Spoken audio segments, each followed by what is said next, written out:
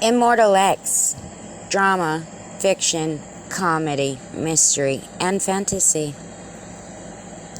The land of magic and dreams, filled with chaos and demons, as Vixina's father built the kingdom the size of a town as its own town, encloaked by her mother, so it remained invisible to the outside world. But there were evil forces that were wanting to take it over, as the more info the better. As they knew nothing of its whereabouts or even that it was cloaked. It's always been one of the mysteries unknown. At any chance, there were disguised narcs and guards keeping an eye, contacting via walkie-talkie. The key is to keep it the way it is, because changes could change the lands forever, and as their task is to keep it out of the wrong hands.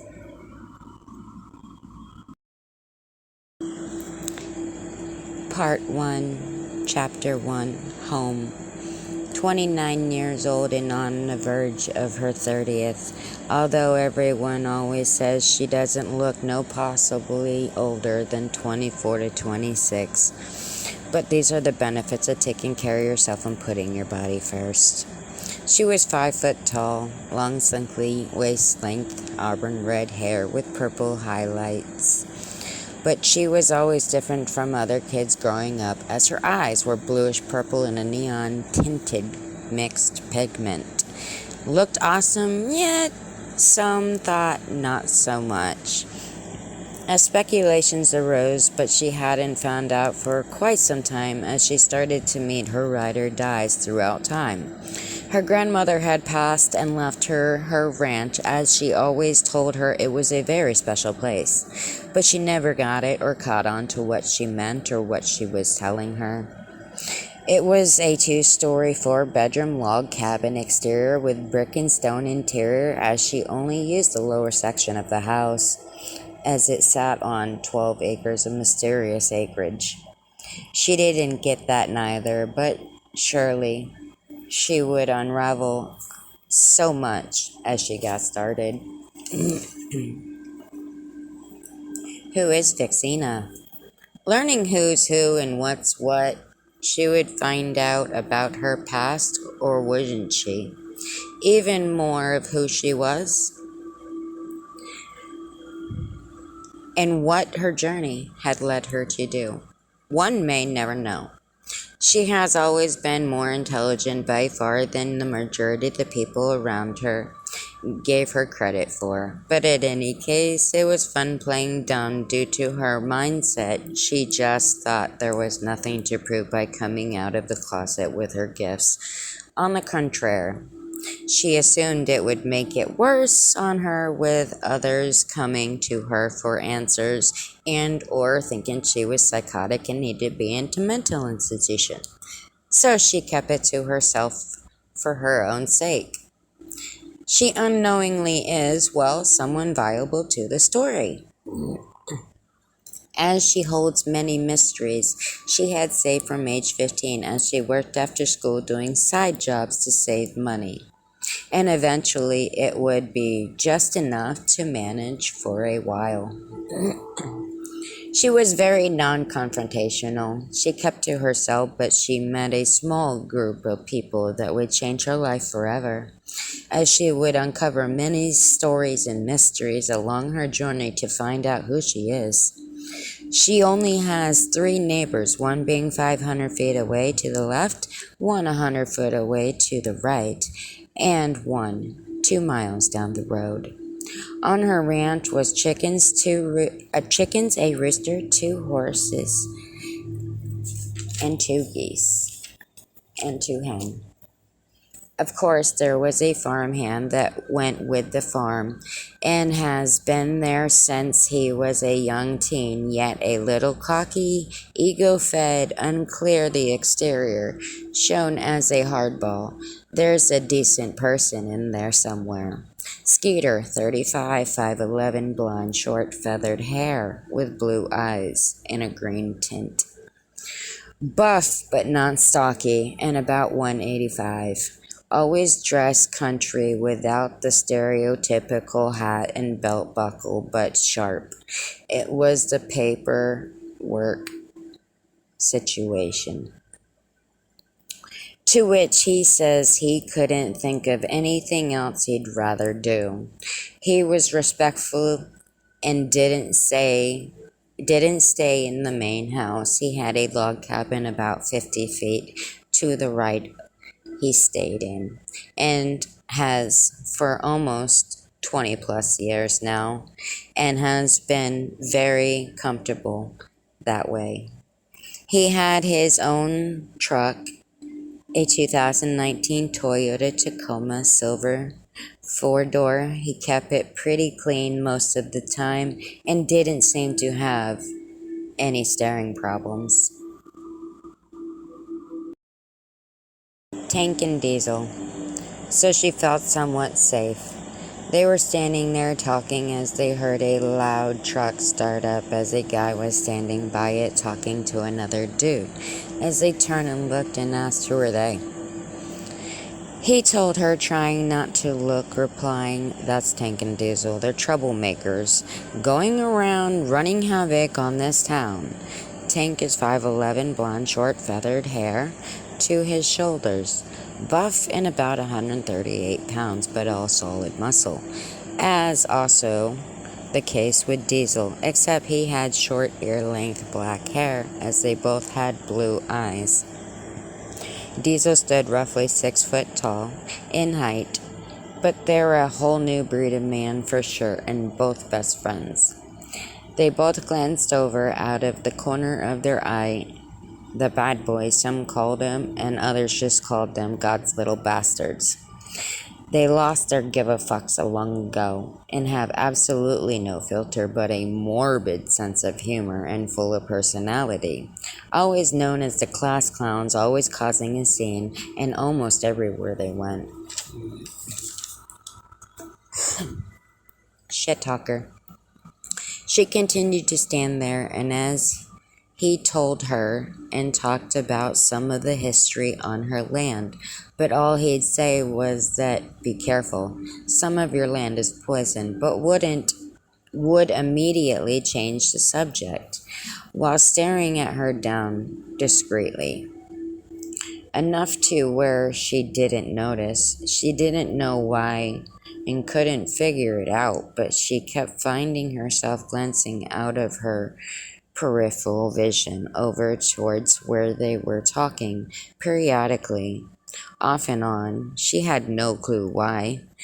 She has always carried a journal, and after he had left, she'd jot down her thoughts that day. Every day before she'd turn in for the night, as she'd sit on the bed, Indian style, with a TV tray and her journal to write. They've accumulated, as she has small box of journals, 6 to 8 to be exact, as she started them when she was 18 years old.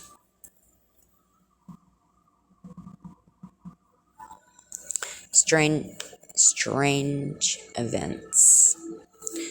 She woke up in the early morning, raising her arms, stretching by her bed. As she opened her eyes, there was a white owl with blue eyes perched on the window by her bedside before it flew away.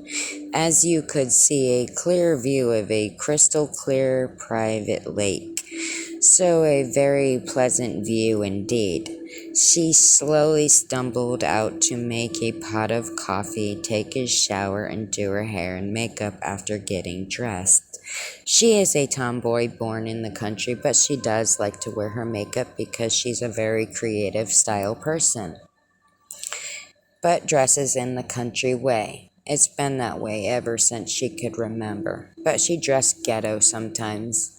She had several different styles of personality. But looks are deceiving, with many sides and completely a closed book to the outside world. She don't like a lot of folks in her personal business, not even family, as she keeps her circle extremely small for many, many reasons. To which maybe never to be told, only time will tell. She'd either wear a white black tank top with a hip hugger skinny jean and a baseball cap, but only dressed to impress herself. Being 5'1" is a challenge, but she seems to manage. As she stood in her doorway with a cup of coffee in hand, as she heard, "Hey!" She startled and looked to her right. On her patio deck and see a female 4'8" tall. Elf girl? In a ninja getup with glitter all over covering her face immensely, but visibly. It was a damn stone statue as she very slowly walked around it, inspecting it with her eyes as she slightly squinted her eyes, thinking she was completely losing her mind as she stands back at the door and gives one more corner eye look before returning to drink her coffee. As she says, "Geesh, Vix, get it together. You're retarded and you know it." "Oh yeah, a stone statue really talking to me," as she laughs hysterically. "Oh my, I've officially fallen off the loony bin." She sets her cup on the serving tray the elf was holding as she went out to the barn to collect a bale to toss on the other side of the corral and turn on the horse to fill the troughs with water when she got to the barn. Skeeter had already had a bale of water and already baled the horse's hay. Standing there pervertedly and smug looking, "I got this. No need to worry your pretty little head."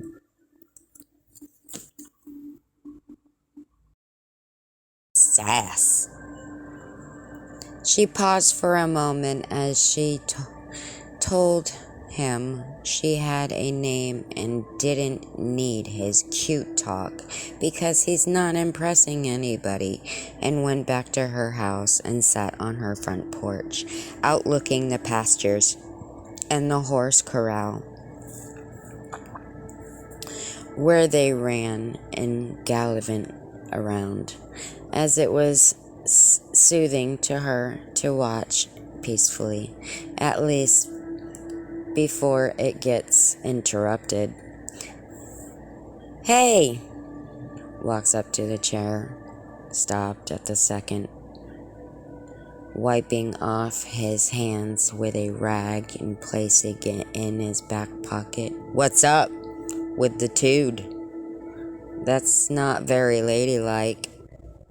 At that point, she was irritated as she tells him, "Let's get something straight right now. You may have worked for my grandparents, but we're not friends. I don't need to explain anything to you, so why don't you just back off, okay?"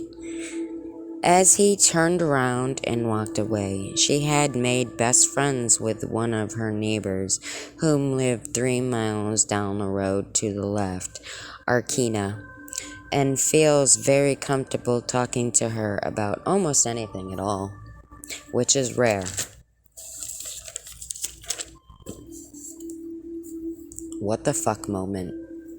Out of nowhere, as she sat on her patio, an overhang, she heard a noise, loudly saying, "Yee-haw! Ride 'em, cowboy!" As she saw a trash can cut in half on wheels with a blonde-haired skinny dude sitting inside, flying down the hill in the field to her right with his hands up waving, and before you know it, it flipped forward and was laying on top of him with his ass up in the air. She died laughing after her eyes got huge. Briefly, she laughed so hard she had to lean over her railing and grab her stomach. Her stomach was hurting for laughing so hard. As you faintly heard a voice say, "Not funny," as she just laughed harder before going in to make another cup of coffee, still giggling a little in the process. It was completely hilarious, a total you have to see it. After that, she sat there the whole evening, just in peace and quiet, hearing nothing but the animals and the wildlife, as she was the only one in sight. As around 6, she popped open a bottle of Shine with chunks of mixed fruit inside and a baggie of rollies, and her surround sound playing. 80s hair bands with the door open, having a party with herself and enjoying the night.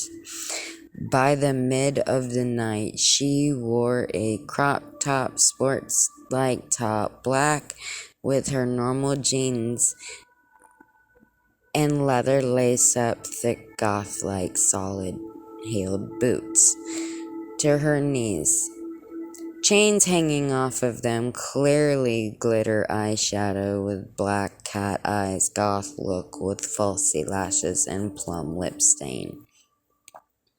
Her hair down to her elbows, the slinky long curls with a baseball hat and 2 shots in a J later. It was like a zombie town, as the streets were empty, no one was home.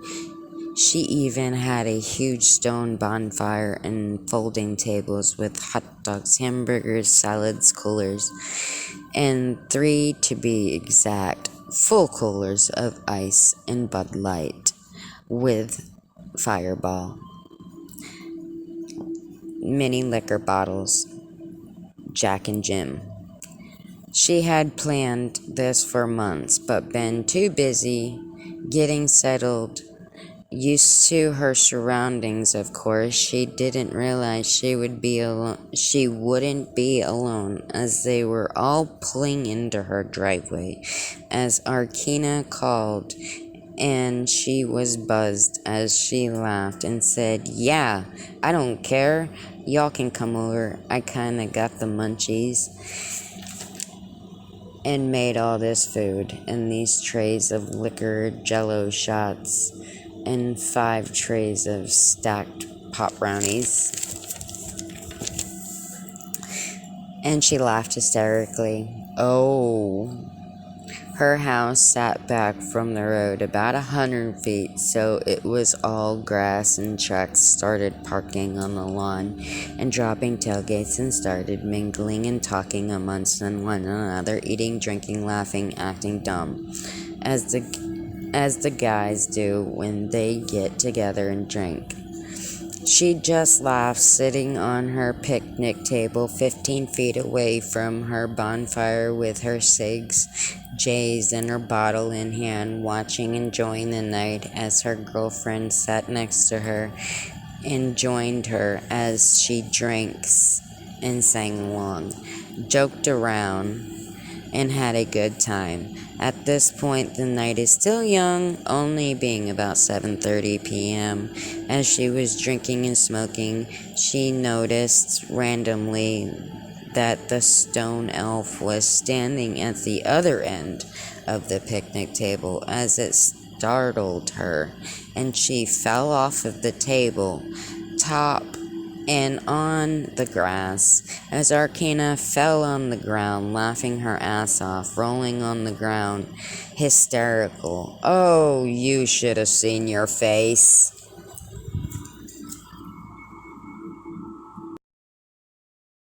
The evil eyes she gave. Woo! Later, a few hours later, her farmhand had walked over and just mingled in the crowd and drank, but it couldn't help but to consistently stare and gawk hardcore. Tank, Diesel, Houdini were all standing at Tank's tailgate drinking and talking as they asked if that was skeet. As Arkina says, yeah, it is. He came with the house. That was the clause. As Tank replies, how convenient is that? And tipped his beer bottle back. Diesel and Houdini just looked at him and then glanced over to Skeet as they drank and enjoyed the night, as it was Friday. Tank looked to her, replying with, you have that face like you know more than what you're leading on to about this dude. Of course, she says no. Not really. That's the first time she'd seen him, and which was a lie. She mumbled that part, trying to stay low-key, as Diesel replies with, what did you just say? As she says, oh, it's nothing, and walked away. No. What's a lie? Ark? Stop. Stop, Dees. It's nothing, okay? Jeesh. And she walks off away from him as he places his index finger under his nose in a thinking motion.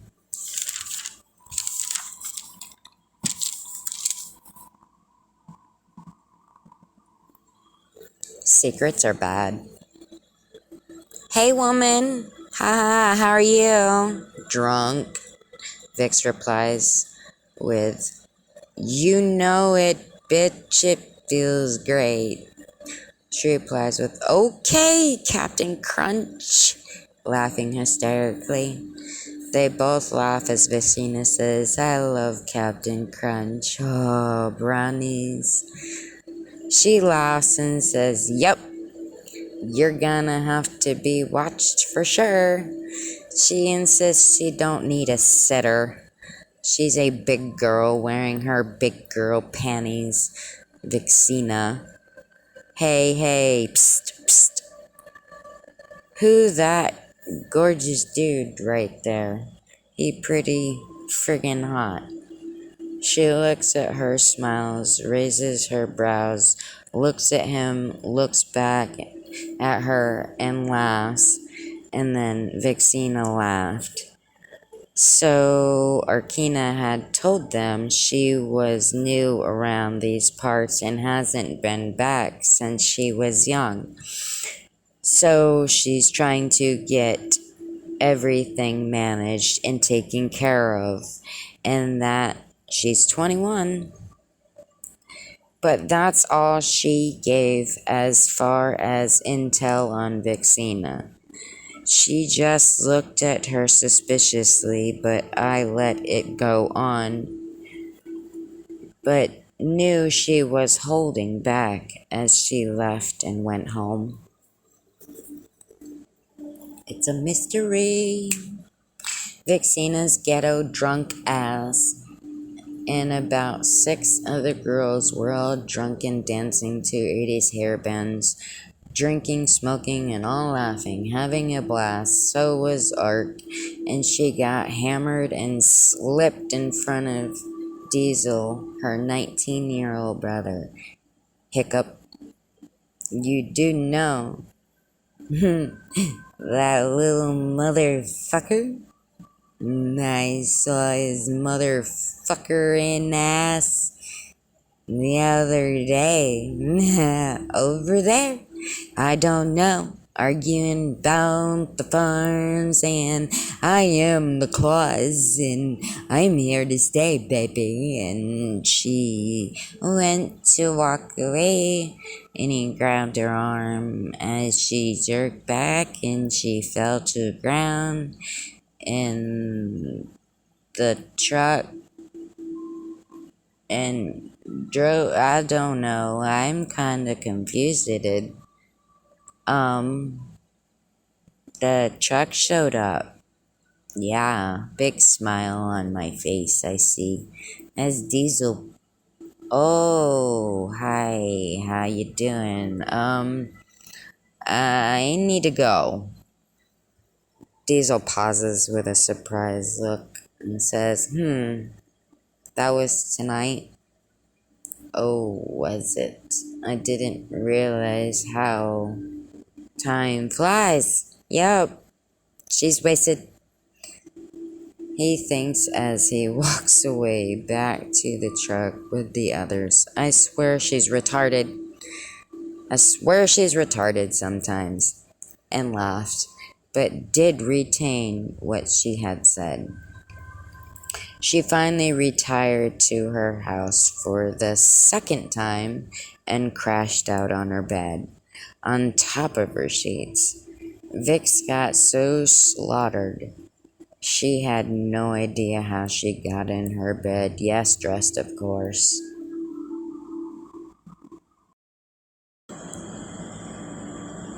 CRS. She woke with a massive hangover, but no headache. Just zombified with her makeup on point, but her hair looked like she belonged in the 80s generation. All in the stick up position, looking like a bird's nest, as she had made a pot of coffee and stood there like a zombie waiting. As she moans, that zombie waiting moan, oh my god, I need to wake up. As she can feel all the energy drained from her vessel, as she had a hot plate on her porch table with her coffee pot sat on top, as she sat there with her cup of coffee looking out, with peace trying to wake the hell up. Sipping on her coffee with her cigarettes, Marlboro Light Kings, Newports were her go-to. She had a carton of each, and also had a carton of Camel Snaps, but she had a pack of Marlboros. Skeet walked up and asked if he could have a cup, as she said yeah, nodding as he went in and grabbed a cup, and then came back out and sat down. Peace. She slowly looked over to the left at him and said, take your cup of coffee and go. I like my morning peace. And he did without argument, and left back to his cabin as she lit a J. Arkina wasn't seen for 3 days. She was recovering from Friday night's mass street party, puking and getting headaches. There was a folded letter on the table as it read. She opened it, and the land has many secrets and hidden wonders. Be careful of whom you surround yourself around. Not all are the faithful. And had no signature at all, as she kinda looked around with her eyes as she folded it back and threw it away. But it had her wonder for sure, as curiosity killed the cat. But she took it out of the trash and put it in an empty folder and placed it in the kitchen drawer and closed it. She wrote down what she remembered about the night before in her journal while on the porch with her coffee and smokes, listening to redneck rap at the low-key volume, and she only had her boombox on 12.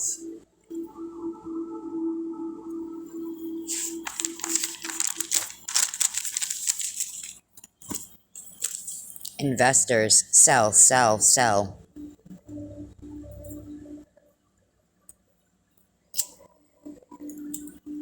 Vixena had checked the mailbox and seen a brown envelope as she stood there and opened it as a note read with the court doc stating Skeeter Grant had invested 20K into the ranch and was taking her to court for her to turn the 250-acre ranch over to him so he could run it as her grandfather intended, as he felt he knew the place better and been there longer. She dropped to her knees, sitting there holding the letter, staring off into nowhere as she stood up and went into the house and went to sit in front of her fireplace with a bottle of red wine in a glass and just stared off and drank with her front door closed, with all you can hear was the cracking of the flames. All she thought was she only knew about 100 acres. What does he mean 250 acres? And she inherited the ranch in 1.2. That goes with the ranch and its upkeep. That's for the upkeep. It needs to be with the ranch, which he hasn't yet discovered, to which was automatically deposited into her account, and there's no trail.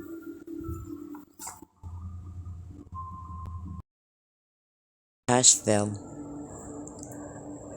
Arkina had discussed the fact that she hasn't heard from Vixena in over 4 days, and she's ghosting her calls and text messages and not answering her door. Then she got wind by word of mouth as Skeet was blabbing about the ranch and trash-talking Vixena, saying she was incompetent to run the ranch and far too ghetto ditzy to even know anything that has to do with this level of knowledge and responsibility.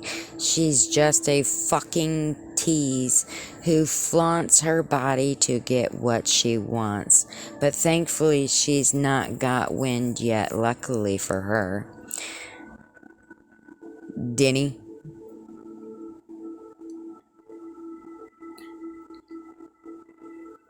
Diesel was at the coffee shop getting coffee when he heard it as he got in his truck and left, headed back, but pulls into her drive as he knocks and looks in the windows as he enters the back door where her small mail table sat with her dock. As he read it, slightly glanced, "She's okay," just assed out on the couch, but he took the dock and quietly left, taking it with him, closing and locking the door behind him, looking over at his small cabin as he walks out to get in his truck and leave.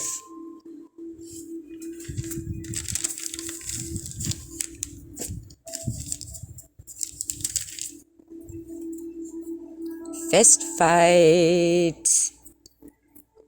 Houdini, they call him, but his name is Foos, getting into Arkina's face, waving the letter around after barking and yelling at her, demanding answers, saying, "You're around her all the damn time, and you're telling me you know nothing? You're a fucking liar, and this proves it."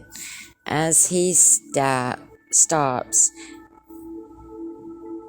it down on the table, Diesel looks like he's about to wreck him and then looks down at it as he picks it up and reads the doc.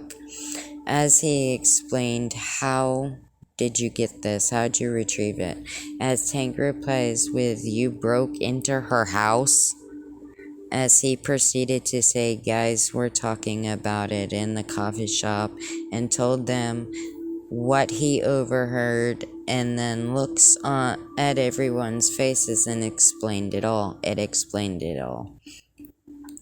It got really quiet in the room. Diesel gets up early as he walks across over to her place, and right as he went to knock on the door, he looked over and saw not that. Keep your fucking mouth shut, bitch, before I shut it for you. He took it and left. Everyone acted natural, just going about the day, as they usually do, hanging out at Diesel's with beer, talking in front of the yard, about 4 in the afternoon, cutting it up and shooting the breeze for the first time in a week and a half. They see Vixina was at her normal morning routine, except in the afternoon instead of the morning, but it seemed fine and content. She glanced over and saw them, but just remained quiet, still content as it seemed, smoking a bowl as Tank smirked. Howdy doody, as they now call him Skeet. Kenny walking out of his cabin, closing the door behind him as he gathered a bale and chucked it over the fence for the horses, and walked up to the stairs and handed her another envelope and walked off without a word. It was another doc, suing her for half of the 1.2 the farm came with. She yelled and threw it on the ground. Motherfucker, you sorry son of a sack of dog shit. Stormed into the house, slamming the door, shattering the glass out of the etched door.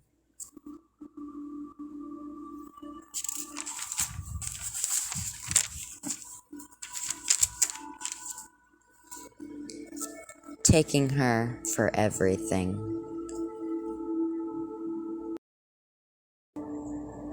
Vixina was talking to Ark on the phone as she told her everything that has been going on lately, stating that not only is Skeeter suing her for the deed to the cabin and the 250 acres, he's suing her for half of the 1.2 that belongs to the ranch for expenses and upkeep so it don't go under, as her grandparents thought it would. She cried on the phone and said, "This is too much, I won't give in, but I have no master plan." And the phone hung up. Arkina tries calling her back 4 times but got no answer back. Pacing back and forth, nervous and don't know what to do due to she knows Vixina's a very closed book and tries to keep what she tells her to herself. But what if there's danger? What if she's in danger? Besides herself, she still tries to remain silent as much as she can without freaking out and telling somebody what's going on. Threats and backlash. 3 days later, Ark got an envelope in the mail with a note that read, with newspaper print cut out, letters, "I know what you know. Keep your mouth shut or you'll be next. Oh, you won't be hearing from your best friend for a while. She's on vacation with a hysterical laugh. Her eyes got huge, mouth dropped as tears wallowed up in her eyes as she was completely at a loss now on what to do and if this person's watching her every move. She runs inside and sits on the bar with a cup of coffee as she added a shot of Jack to it to try and calm her nerves. What she didn't know is everyone was getting mysterious calls stating don't go snooping where you don't need to be and hung up. So she's not so alone anymore. So she called her brother all emotional and hysterical, not being able to take it in anymore because she don't know what to do, and she spilled the beans on everything. That when he told her everyone's been getting calls and told her what the person says, and the next thing you know,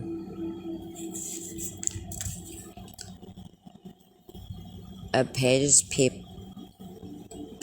of her diary were hitting people's mailboxes. As they all tried piecing everything together, of course, all leads to Skeeter, as everyone speculates, but says if she's missing, there's no one to sue or nothing to gain. But Ark shed a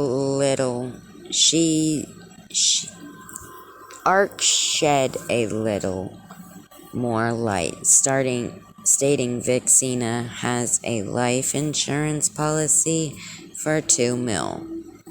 The room got extremely quiet as everyone looked at each other silently as they pondered and pieced the day together day by day. Of course, they use a voiceover box that cannot be used with voice recognition with people around them, so they had to brainstorm and then started being deliberate. Arkina got the first one as she read it, as she was starting to fall hard for this tall, handsome guy, and she was besties with his sister. That should be interesting. As she replies with, he's sending her journal entries out to everyone's mailboxes. And Tank replies with, okay, that's over the line. That's invasion of privacy. Now it's gone too far. Investigation. Speculation. Tank discussed while Googling on his phone that her family is into some deep, dark stuff. That it states the grandfather there was speculation that he faked his death but was never proven, and that they think him to be part of a huge drug ring underground. Everyone just goes silent as this gets deeper and deeper, except to get what they need wouldn't be of this realm or world, although they didn't find this out until later. The next morning, as Ark, so scared, stayed on Diesel's couch the night before. When he woke, she was nowhere to be found. He called and called her phone, but no answer.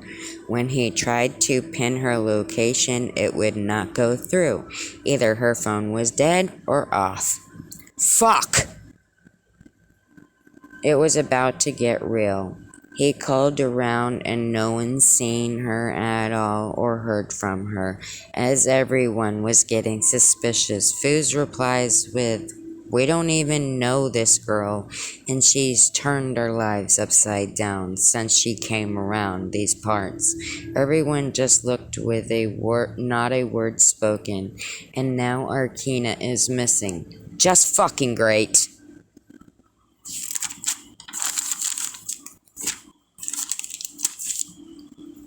The labyrinth. Rooms and corridors.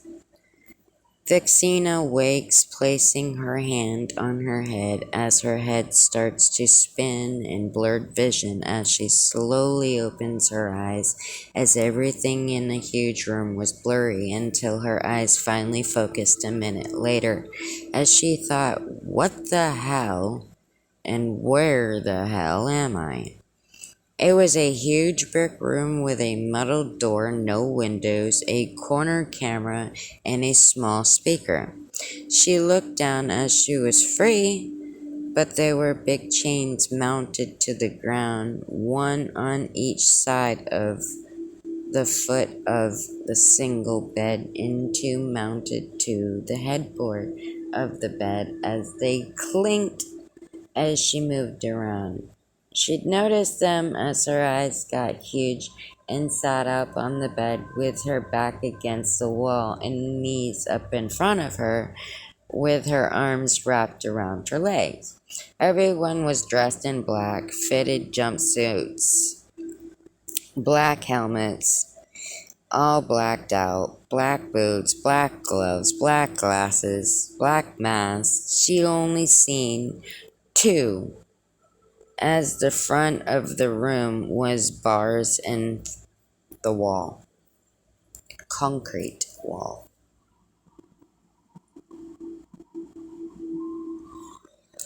Trippin' X.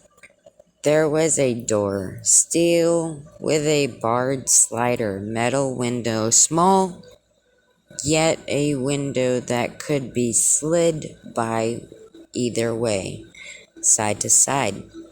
And usually the opposite slider is usually always open. Out of nowhere, the envelope flies through the window bars into the room with a card in it that read Trippin' X, and peered in the envelope with a J, a fatty, as she took it out, spinning it around, looking at it. What the fuck? Speaker. Hello, Vixena. What the fuck is right? And by what you like to say, it's about to get real up in this bitch. She replies, motherfucker, you don't know me, so why don't you go fuck yourself, asshole? What kind of sick fuck looks at a girl in a dungeon, locks a girl down in a dungeon? Suddenly a screaming voice says, smoke it or die, bitch. And the speaker went off. Passing back and forth, pissed in all to high heavens, and now angered, she stops, looks at it, and looks at the camera. How do I know nothing's laced in here? What's it got? What's it gonna do? Looking back and forth as she sits on the edge of the bed, looking on the card as an arrow pointed towards the edge. Snapped and fading. So she turned it around, which a lighter was taped and read, makes your fantasies come to life, and the other party will see what you've seen, even though you're the one with the J. Now that's some trippy ass shit. Oh hell nah. I'm not ready for all that. Whoa, doggy. Nope. I'm good. Is this your idea of some kind of sick joke? What the fuck is wrong with you? Did your mama drop you on your head when you were born and maybe yelling? You're just smoking crack. Speaker. Yeah, it's that expensive shit too. Off. Jackass motherfucker. Oh, you wait. looking down from it to the camera.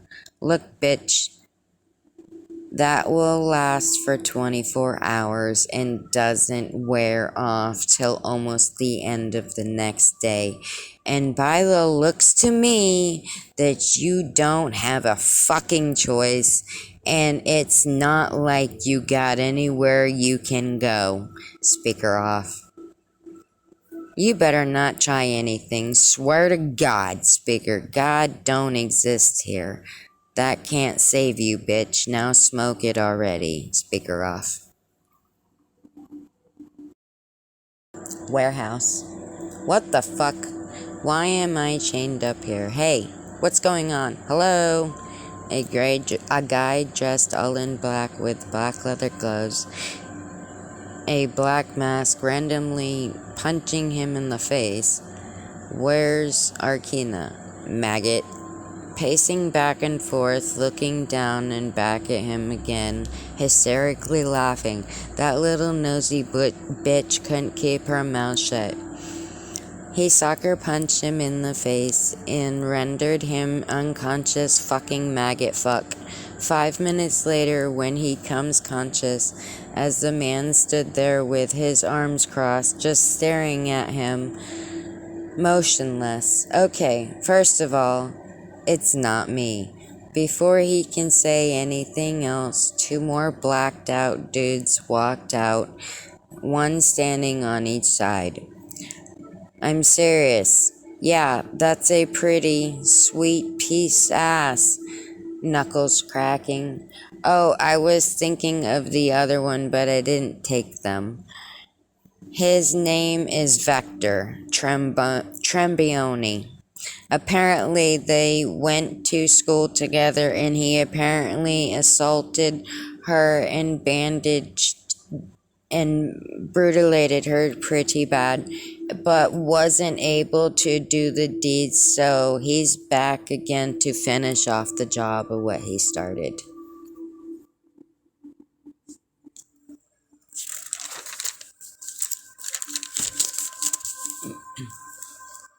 The disperse. Wait, hey, come on. Let me down. I told you the truth. Let me go. Fuck. When your story checks out, then, and only then, will you be released. But if you're involved, you'll never be seen or heard from again. They leave. The word has got around as speculations and made-up stories far from the truth was spreading around town. Some were saying she's a witch and she sacrificed her best friend, and some were saying they were abducted. Others were saying an occult took them and blacked out vans with black rims and tint. A group were saying they were abducted by aliens getting probed and chipped to serve their kind. But of course, this group were stoner skaters, if you couldn't already tell. They all had their black lifted blocks out and their big trucks all in her yard, as that was their new residence, guarding the place since someone wanted to be sneaky. And while this was going on, no one talked and gave intel to anyone in the party unless someone came to them and laid it out for them first. Tank's place. Wild didn't see them on the streets as much as they were trying to gather a master plan and put a puzzle pieces together. Okay, I'm trying to Google whatever I can about anything I can, and it says here her dad embezzled millions from the marketing firm he used to be president of, and that's what paid for the ranch. But the government hasn't got wind of any of that. But apparently, Skeeter was the CEO of the company, and he's one of those kids that overachieved in school and multiple college master degrees by the age of 21. Diesel, well, that's something, but where does he fit in all of this? I'm trying to figure that out. They all retreat home together, as they thought until they regroup. They went back to their homes.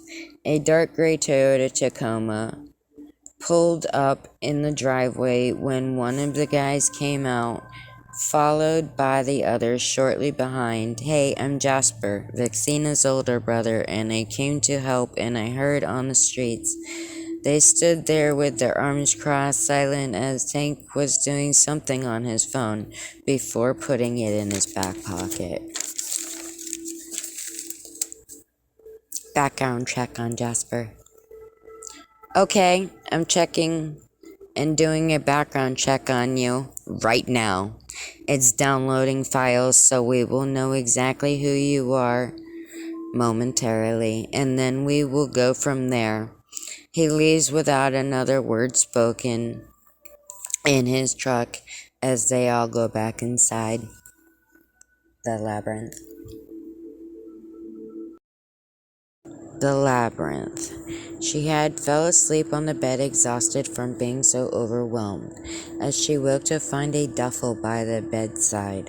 As she opened it and found a black outfit, black crop leather lace up top that came 2 inches lower than a bra with a built-in bra, a black leather spiked choker with a full moon and a half moon, one on each side, a black leather pair of jeans that came and sat right on her hips with a black leather belt with a big buckle loop, and black platform knee-high leather boots with chains, skulls, spikes, black socks, knee-highs with purple and blue top band, and a black leather studded pair of half gloves. What the fuck? Seriously? What is this, a whore fest? Dressed out, smoke up. With exposed fingers, she laid it all out on the bed as she was just standing there. As the J was on the small table by the single metal framed out bed, as she looked at it with huge eyes. What am I friggin'... What the fuck? What is this, Ninja Thugs shit? No, this is insane. Turns and looks at the camera. And you expect me to undress right here and put this on? Are you smoking crack? Annoyed sigh. She turns around and does so. There, happy jackass. As she annoyingly sits on the bed, looking agitated, silent for a while. Just sat there. You know you're one sick fuck. Preying on women like they're your possessions. You make me fucking sick. And I hope you rot in hell. You know what? I am gonna smoke it. And I'm gonna do it like a motherfucking boss. She lights it up and blows out a huge, massive cloud of smoke. The speaker. God damn. Off. She sits there for a second. This stuff is garbage. No taste, no flavor, no feeling at all. Hysterically laughing. You can't even get good weed. Speaker. There's exactly... You know what? There's ecstasy in it, bitch. With acid. Spliced. So, yeah. Have fun. Why the fuck? Okay. This is just completely sick. Okay, this person needs to go away for a very, very long time. I think you smoked a little too much of this, and it made you go cuckoo in the brain, so now you control other people's lives.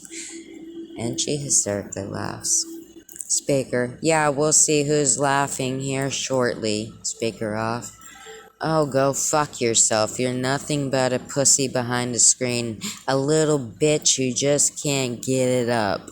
Too much of a fucking loser to even get a girl. Probably ugly as fuck, making them want to puke by the sight of you. You know that song? Teenage Dirtbag? Yeah, that's you, you little motherfucker. This is some good shit. And she laughs. Better sit down. I'm feeling a little light. Out of nowhere, she goes into a calm daze, alert yet content, and can't get mad. Even if she tries. When she tries, her face looks like she's constipated, but couldn't really get herself angry at all for 24 hours. Well, a total of 36. And she smoked the whole thing and drank the sleeve of shots of Jack in the duffel. So, need to say, if she was gonna die, she wouldn't feel a thing. Am I tripping? Am I tripping? A ghostly-like woman appeared and says, "You're very powerful. It's up to you to open your mind and release what lies deep inside." Then dissipates and vanishes. Okay, you need to get me some of this shit. For real, dude. Out of nowhere, she takes a toke in the midst of the smoke. Diesel slowly starts to appear through the fog with loud rave music, background music with no words but mad bass. You can't hear yourself speak. You definitely can't see. Her eyes got huge, felt like butterflies filling inside, losing all train of thought, possibly as she just stared, and smoke faded, and everything else did too. After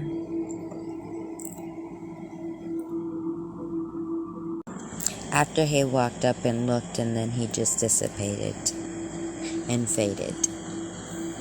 What the fuck? I don't know what that was. I'm not even gonna try to even start to explain what I thought that was. This is okay. This is some weird shit. Whoa, Karen. Her eyes got huge. Okay, I want a pound of this shit and an eighth of seeds to grow. We can go into business with this shit. Next thing you know, a guy walks in dressed all in black with a black ski mask with holes covered without speaking, walks up. She stands there in shock and starts putting her hands on her hips as she hauls off and punches him right in the eye. Yeah, you'll be feeling that for a while, bitch. He leaves as the speaker came on, was silent for 5 minutes. You're gonna regret that, bitch. Speaker off. She laughs hysterically, like she's gone completely mad.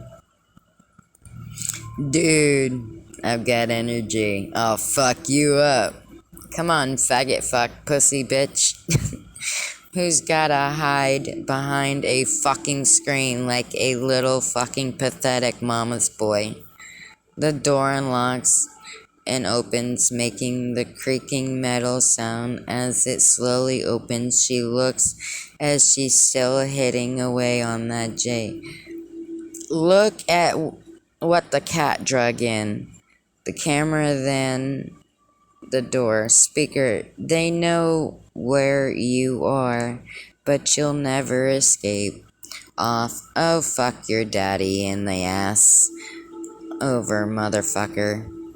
Queer.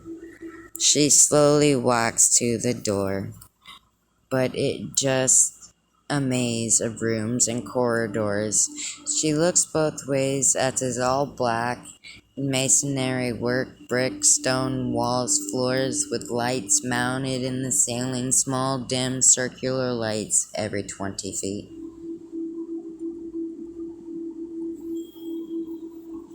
Defenses. Chapter 2, Protect and Escape. To protect and escape.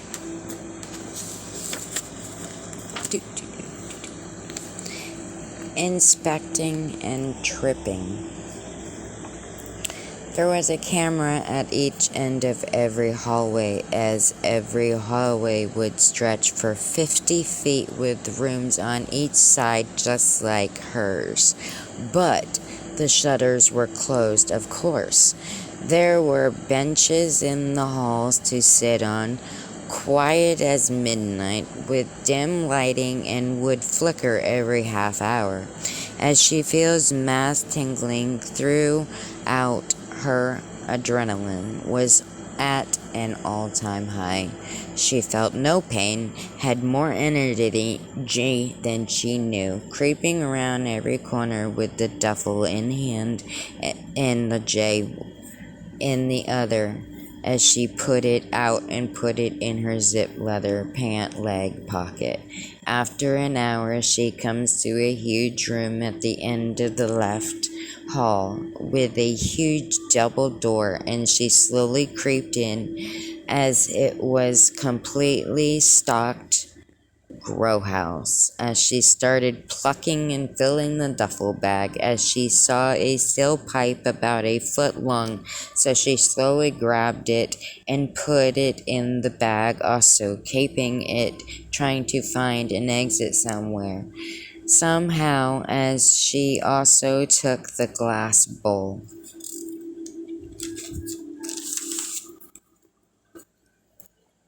Getting high every day. Fuck you. If you're gonna hold me captive, then you're gonna supply my ass with Mary Jane. Fuck your feelings all to hell. As she's moving along, found another room. A door like hers opened there. She found Arkina. As they had their moment and talked before journeying off together. Neither of them knew where the hell they were, and dude is a total spliff, replies Arkina. As they laugh, and Vixina laughs more and agrees with her as they come up on a hallway, walls black as black tar, with a burly dude, all in black, standing at the end, standing there, motionless as frozen, slowly looked each other, whispered, "What do we do?" "I don't know." She slowly grabbed the steel pipe from the bag, not taking her focus off the guy, all in the black, at the other end of the hall. As she was slowly walking towards, his pace was changing. She told her, yelling, "Go to the room and lock the door, or bar the door." And she did. She whacked him several times in the head and the face and bent the bar in half completely. Fight to survive. As she looked at it and then back up, and that's all she remembers before she lost consciousness. As she jumped, not realizing it, she called upon a strong force in her mind, something she's never done or seen, had no idea whom she was talking to. It was just a dark black cloak, stood 8 foot tall, and had blue glowing eyes, and there got her destination of where she was located. Later, she had the truth unraveled, but right now, it is survival of the fittest. But her neighbors aren't as normal as she may think, nor is she. But he hasn't realized that yet. As she woke up, the electricity that ran through her mixed with the green in the X had her feeling like she could take on the world, plus still hammered from the chugging of the 5 mini-sleeve bottles. So she was pretty lit, but yet she was very conscious and alert. Surprisingly, a massive party going on inside of her. Oh, okay, faggot. We're gonna set some ground rules, bitch. You're gonna stop sending your burly dudes to beat us down and knock us out. And we won't try to escape. Just let us explore and make it as far. Make it fair. At least, make it a fair fight. You're watching all this, right? Then plant and allow us to hunt the weapons and defend ourselves, huh? Come on, motherfucker. You have 24 hours to find the tools you need. If at the end of the time you haven't found anything, then that's on you. Game over. Off.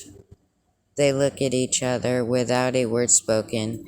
As Vixen says, let's go, we're being timed, so they were running and rushing into the rooms, got separated momentarily and scattered each other, coming around the same corner and took a sigh of relief. They scared each other, looked and didn't leave no corner unturned. They hunted, they searched the cabinets, desks, everywhere. They searched to the top to the bottom. On the other end of the rope across town, in the real world, hypothetically speaking, everyone was going about their daily routines and on their free time, scrambling, figuring stuff out at the same time. But they know her family is to be to blame, told Nada for sure.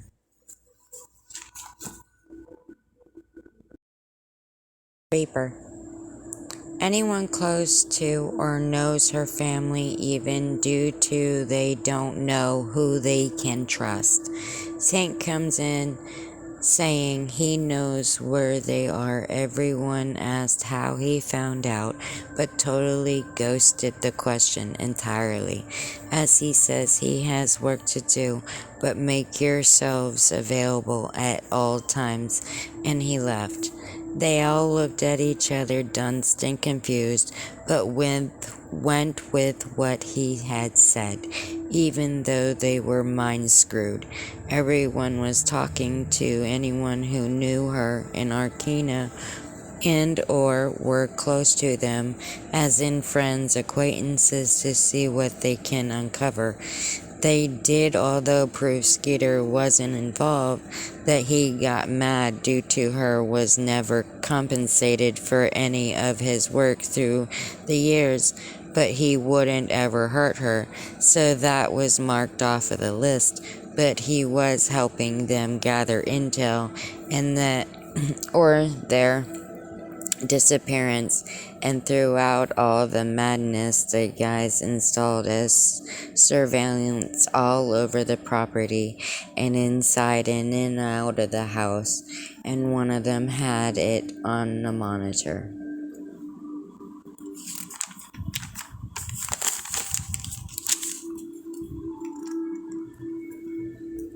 Back up.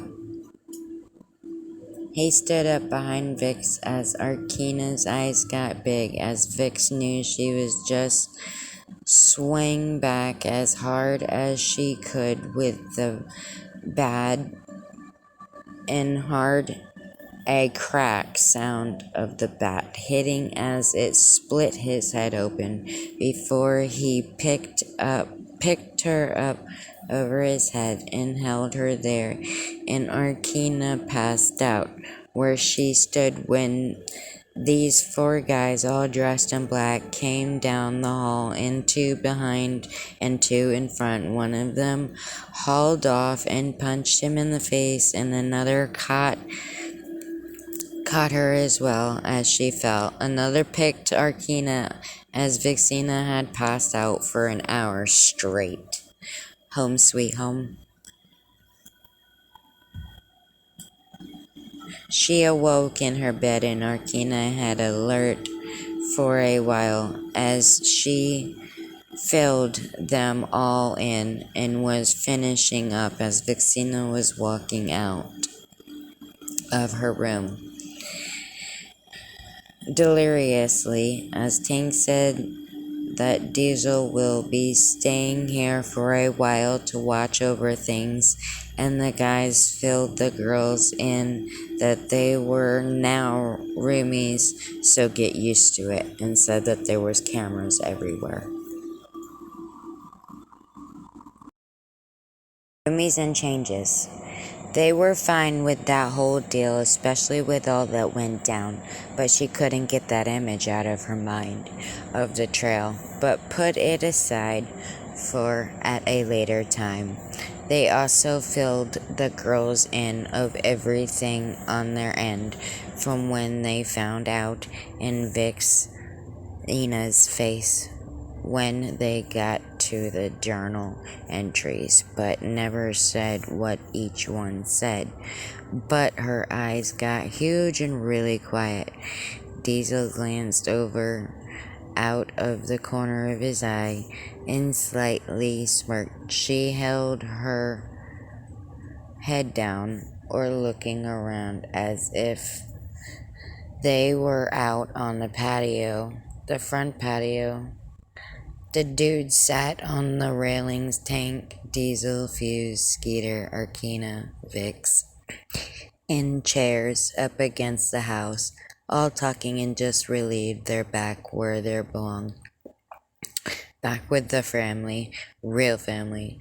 For the next month or so, the girls took it easy. Skeet handled his end with the ranch and upkeep, as Vixina informed him that he can stay on and will be reimbursed $250K for his work and trouble, and thanked him for being true and he is family.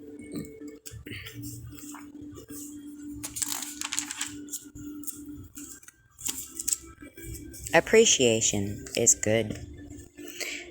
It meant a lot to him that she gave him recognition and would always remember that as he got back to work, as a note laid on her bed in an envelope as she got nervous to get near it, just standing there looking at it, thinking the worst, as she slowly approached it and opened it, as it said on a submerged glitter card. The elf is real, she is the key, and holds the key to Immortal X. As she laughed while putting it in her dresser, as a necklace fell out of the envelope, as she looked, picked it up, and put it on. A thick gold chain, a choker with a full moon and a half a moon, one on each side, as it had a purple and blue mixed galaxy ball in the center of the full moon, and she put it on. The thick chain was over a thick leather choker, so discomfort wasn't an issue, and went about her day at the ranch. Vix was 21, but some were saying that she was 32. Not true. That's speculation. Tank is 28, Diesel is 19, Fuzes was 19, Skeet is 24, and Arkina is 18.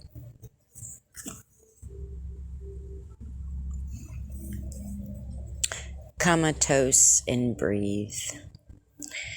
Deidre Fuse's mom, whom is 36, was just finding out about the current events that has transpired this couple of stressful weeks.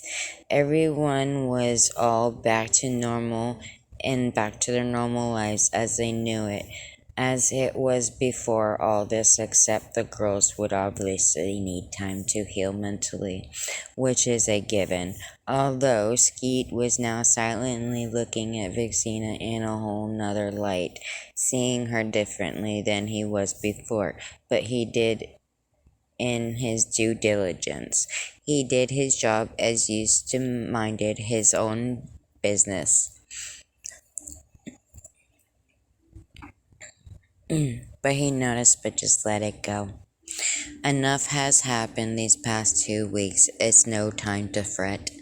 It was time to just unload. The guys bought booze, Fuse sparked up the grill, Diesel turned on the surround sound and lit up the 5-foot bonfire, grabbed a bottle with the tailgates. Due to convenience seating. Party on.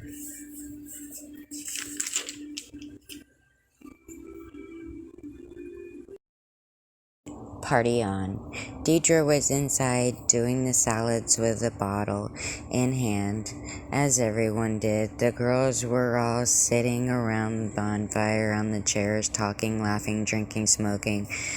That stuff Vixena has in the duffel, and got tore up from the floor up, and everyone drunk as a skunk, yet feasible in a matter of terms. Of course, that had been spliced with X powder in the grow process, but they had more the merrier, lol. The guys talking about the girls laughing and them being retarded, yet just glad they are back safe and enjoying themselves, and that's all that mattered. But the truth is, what happened to Vector? Where is he? Because he vanished. But no one was thinking that as they were trying to get back to normal as they could at this point. All wasted as Victina still in that leather outfit, Skeet's drunken, stumbling over by her, macking, at least trying to. As she stands there drinking her Bud Light bottle, trying to just ignore him with that smug look on her face like, yeah, I don't think so. You can go away now.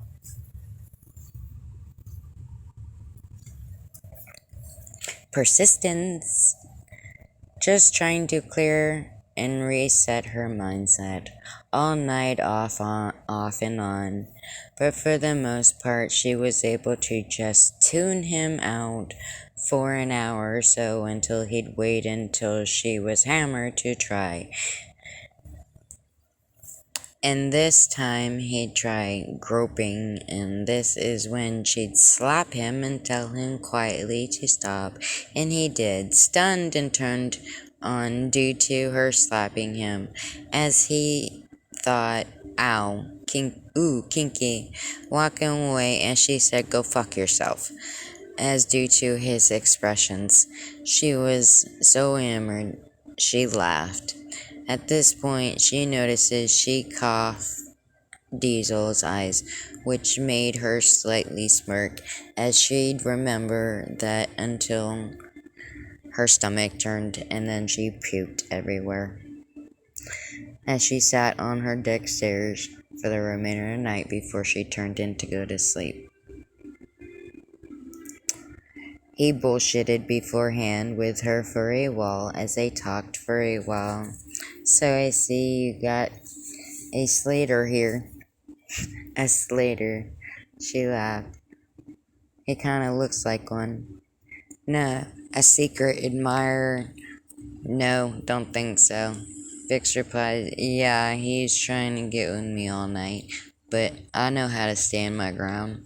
As he replies with, so what's the problem? After an awkward 5 minutes passes, she replies with, nah, I'm into someone else. We'll leave it at that. And she laughed. He nodded, continued talking, said goodnight, and then she turned in for the night and went to sleep.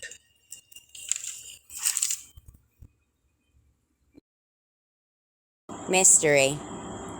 Tank walked over and relays the message that her brother Jasper was looking for her and was supposed to come back later.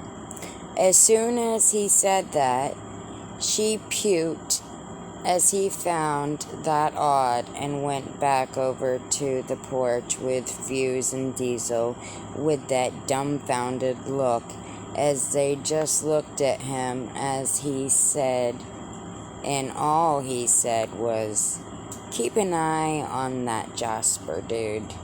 When he comes back, watch how she acts around him or near him."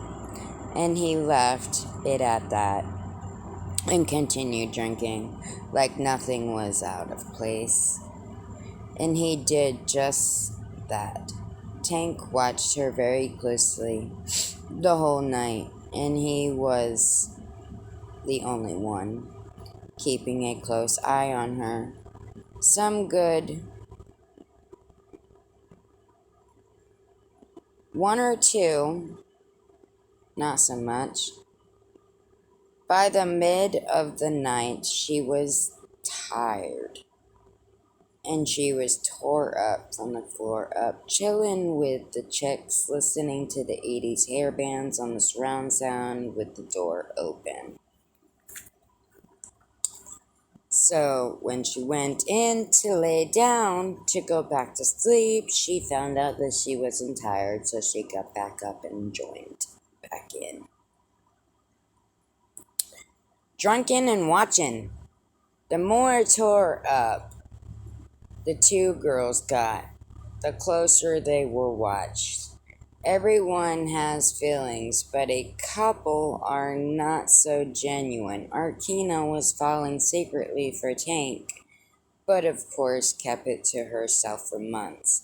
But tonight she would let it all out, as well as Vixina's feelings right about now, as her eyes and mind wanders, except for some can read others' thoughts, and two to be exact. But she didn't know that. Crucial piece of information to which would have been nice to know, like the whole night, but didn't find that out right away. And or who, for that matter.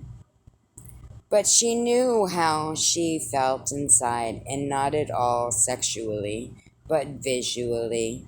Yet, due to the spiked trees and alcohol, her mind would eventually go there. But her body language towards Diesel. But she says, he ain't playing no mind. He ain't paying no mind, so I don't care. No embarrassing myself here. Ha ha ha. Kicking her damn feet back and forth like a frickin' 10-year-old. Dude, she was wasted. Staring at all his pecs through his shirt, through the side, as the sides were open. But if his head would turn, so would hers.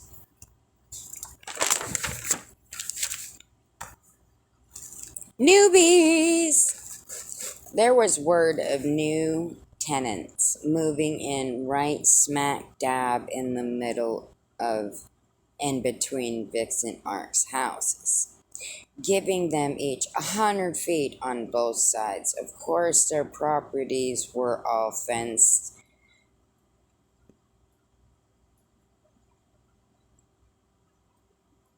but still, new isn't always good with the new tenants. It was a bunch of young ruffians that were all co-renting this 4-bedroom house, which was a log cabin and gorgeously done. Darcy, which is 18, a secretary executive at her magazine corp. She works on Monday through Wednesday.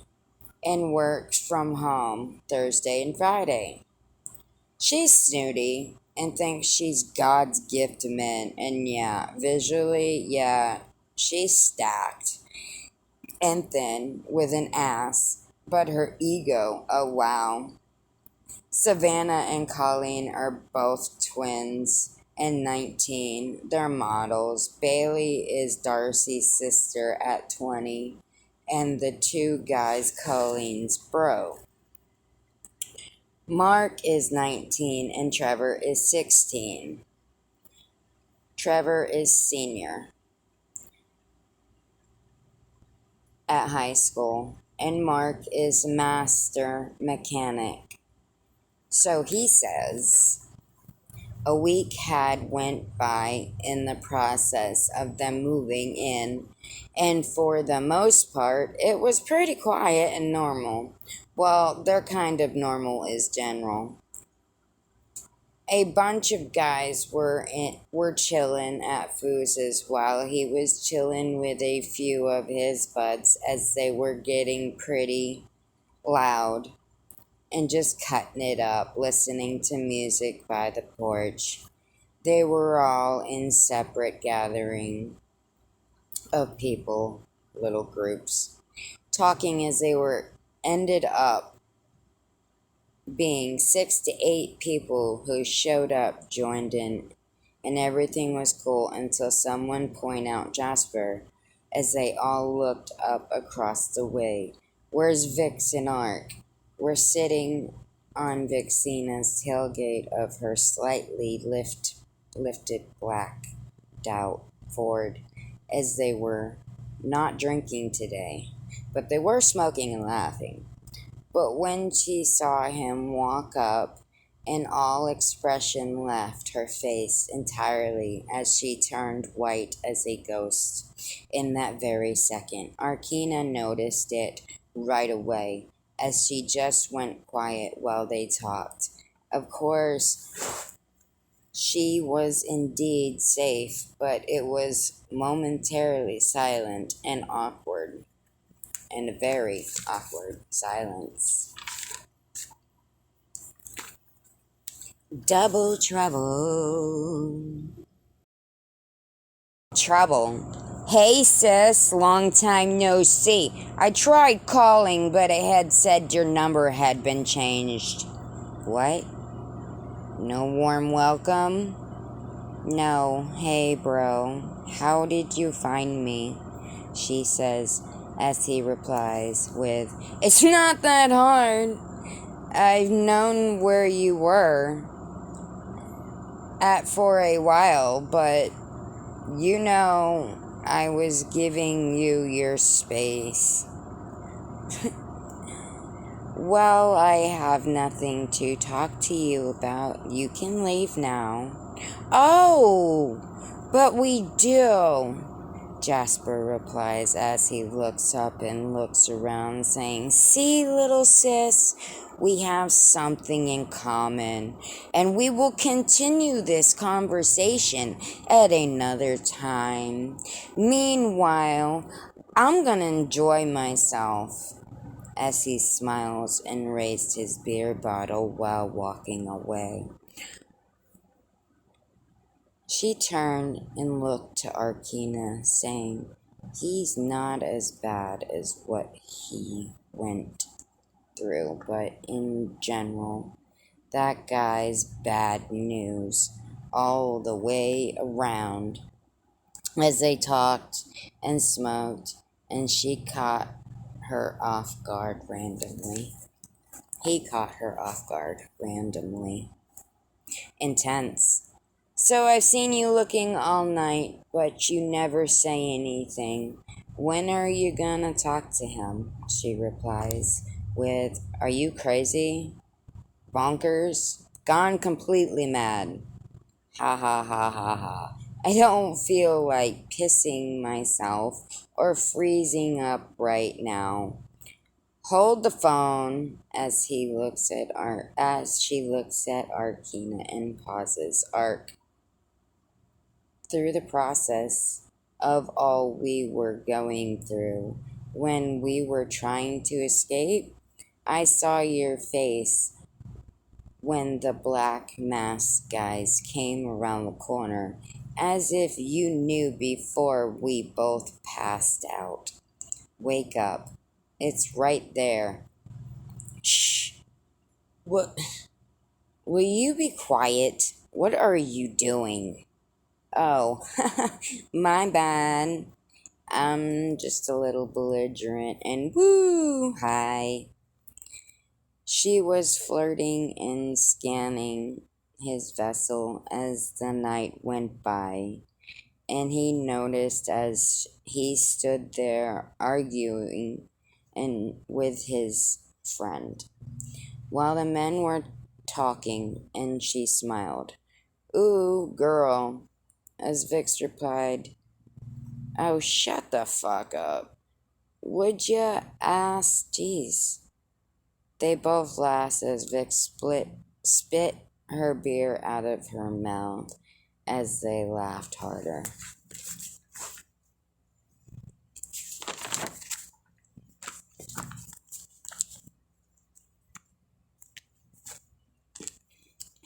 Deidre, Vixina, Ark, and Vix's goddaughter he'd been monitoring since she was 8, due to her mom was a crackhead and had lived with her but stayed inside playing Xbox One. Her name was Aborica, and she was 20, but she was home. So the four of them went to the nightclub that Diesel and Tank and Fuse all co-owned. As they went in on it together, like partnership, they always drank and sat at the bar laughing their asses off, singing along with the music, with the extreme loud bass that shook the floors and ran through you, making you feel great. And they were smoking and drinking as Foods was the DJ. Strobe lights were going and night was young. Called Badass Bass. By 2 hours in, all the girls were dancing while they stood, making sure all was good before they knew it. Vixina was dancing up against Diesel with her back to him, and he placed his hand on her side and stood there 'cause he knew she was trashed and high to heavens. Clubbing, too much fun. He stood, drank, and watched them all, but she was actually happy without all the drama and BS involved, as they all are. It definitely was a hell of a night, and she had no clue how she got home, but all she remembers was getting into Diesel's truck and waking up in his bed. They did not do anything, she just went to sleep. Arkina and them made it home, but yeah, that happened, as no one knew what happened. As he handed her a cup of coffee and said, "Morning."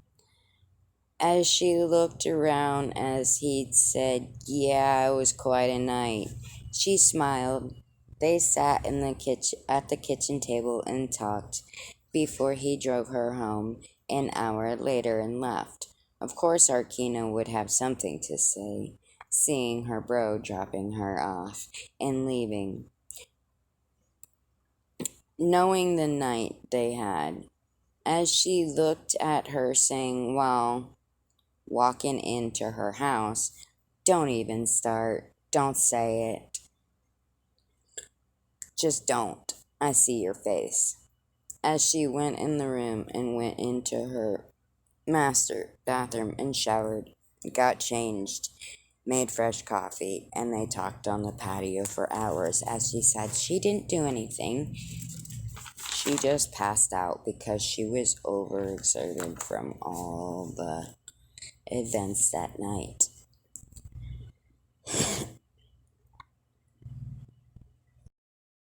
It's odd. Every time they would go to sleep, they would enter this alternate universe world that they didn't even know what it was. Love triangle. With everything back to normal as it has been, was great, and one evening Vixina, sitting on her back porch, smoking a J, and drinking a short glass, half glass, with Jack and Coke. Getting pretty relaxed, but she was just enjoying the evening, and the whole time, sitting in her chair, she'd been staring at that trail. Arkina had walked out, and she looked at her and then the trail in the woods, and went back inside, stopping at the door, taking one more look at the trail, then her as she closed the door and went back to soak in the hot tub for a bit, as her muscles were still healing and were sore. But while lounging in the hot tub, couldn't shake what was so interesting about it, that it had Vixina's attention for so long. She'd been sitting there for an hour, motionless and speechless, just drinking her one half glass and smoking her J quietly, sitting Indian style in the chair, as she usually does. She shook it off, just began to raise and erase her achy joints and clear her mind, at least for a bit anyways, before retiring an hour later to retrieve a fresh hot cup of coffee. But as she was stirring and looked towards the window by the door, she'd seen her standing in front of the entrance. Chapter 3, Emotions and Unplanned.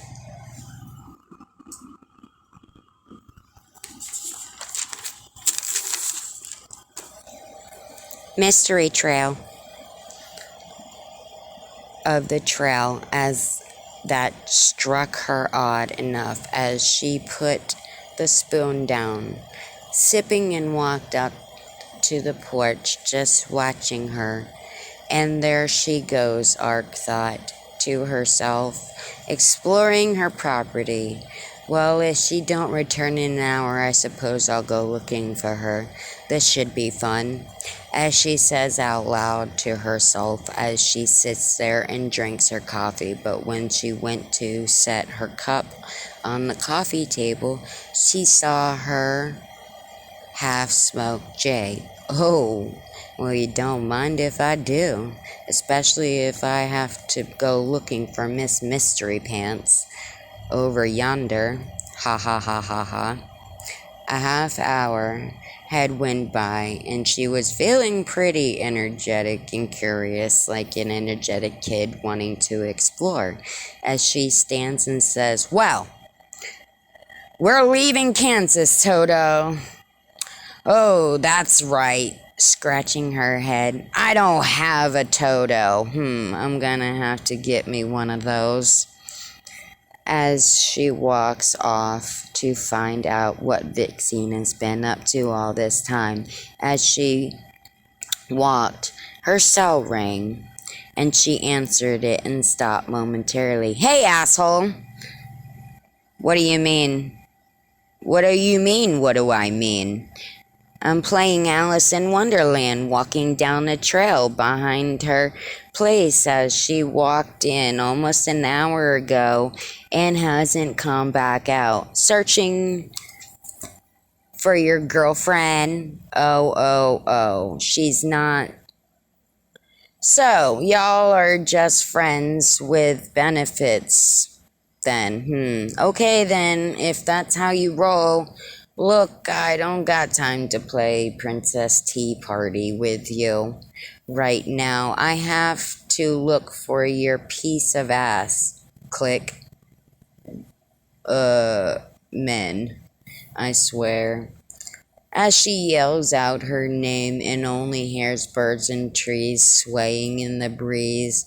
Why is there glitter everywhere on the trees and logs? This is... Am I fucking tripping right now? I swore a monkey just tried to talk to me a moment ago.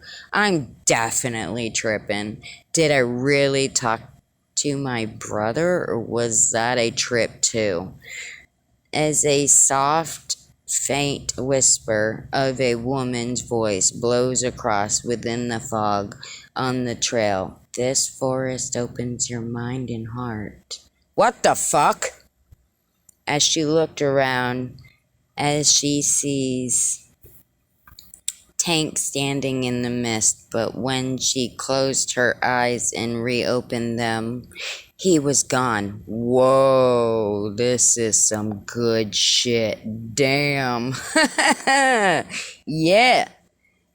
As back at the ranch, as Deidre had came by to see how the girls were doing and noticed the door was open, but they weren't there, as she had to use the restroom, so she used Vixina's in her private bathroom, and after she finished, she went to wash her hands.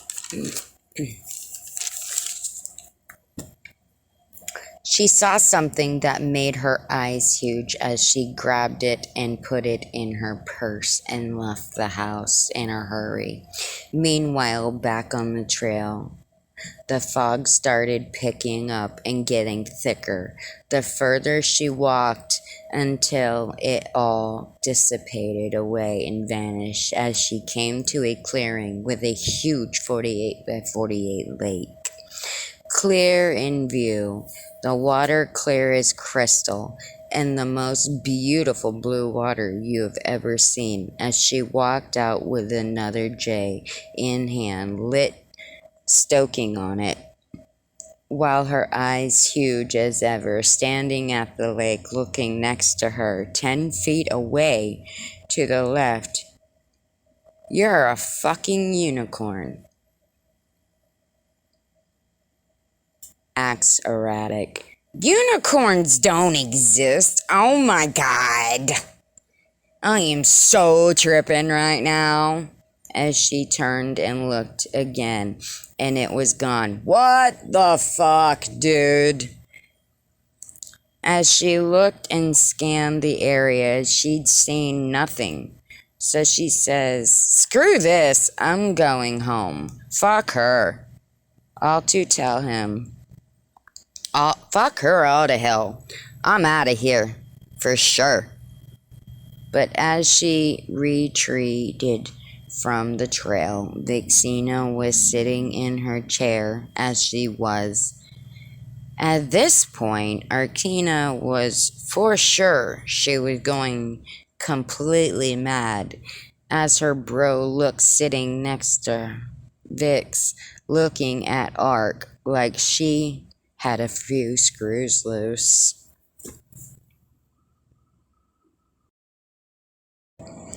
Don't even start. I know what I know. As she went inside to go shower and clear her mind, when Deidre pulled in, taking the glass from Vixina's hand. What is this? That D is red wine. Oh, okay, here. As she looks to Diesel and says, so Daddy, guess what I found? As Diesel looks at her oddly. Whoa, Daddy. What kind of kinky shit are you into, Mom? Jeez. No, you idiot. Someone took this and didn't check it. As she handed it to him, as he looked over, and she looked surprised as she slowly started to sarcastically smile. Hey, how are you doing? I freaked, okay? I assumed I was just overthinking it and I'd be fine, I guess. So I'm going to be a dad. Okay, Grandma, I've got some stuff to do, so I'll see you later. And he left in his truck as Vixina says that things are moving unexpectedly fast. This was only her second relationship in history, and the first one she never slept with. Deidre. Whoa, Karen, so you lost it to Diesel. Wow, TMI. Little personal, don't you think? And you're only 21. Nice. Yeah, I've never trusted men, but I feel so at peace around him, as she smiled.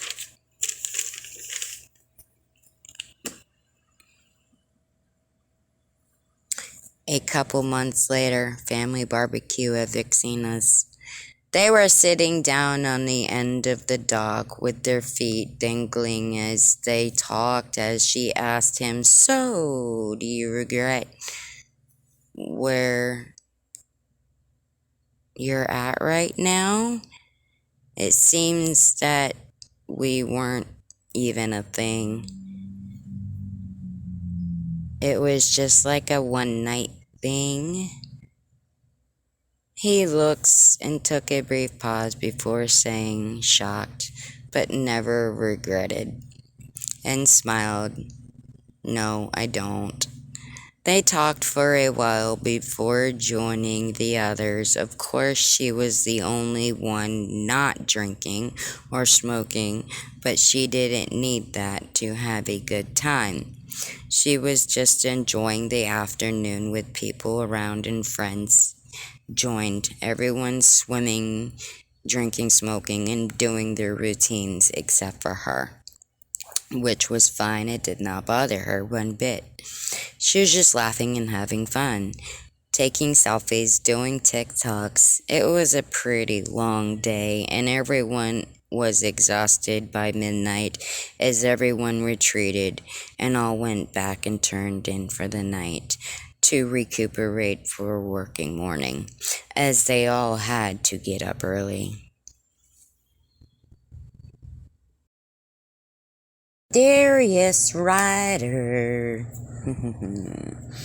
She made it all the way to the trials, but they had to go through a judging phase, but would surely know soon if she got in or not. After that, she's surely safe. They always wore helmets for safety and dressed out and padded up. As in gear, they do stretches 30 minutes before race time to stretch their muscles, making them more limber and flexible. When they're racing, if she passes trials, which is 5-day event with 24 races and 4 races a day, which each event would be 2 hours due to the obstacles dirt course. After trials, it is in the bag. You get $18K and a sponsorship with Diva Motorhead Racing. She was a fast learner and kind of almost a natural, but her bro used to be a pro skater and BMX biker. But he gave it up, but only did it for fun. They'd lecture her about the pervs and the injuries. Duh, that's obvious. The judging would take 2 weeks to be in on a Friday, so she'd lay low until then.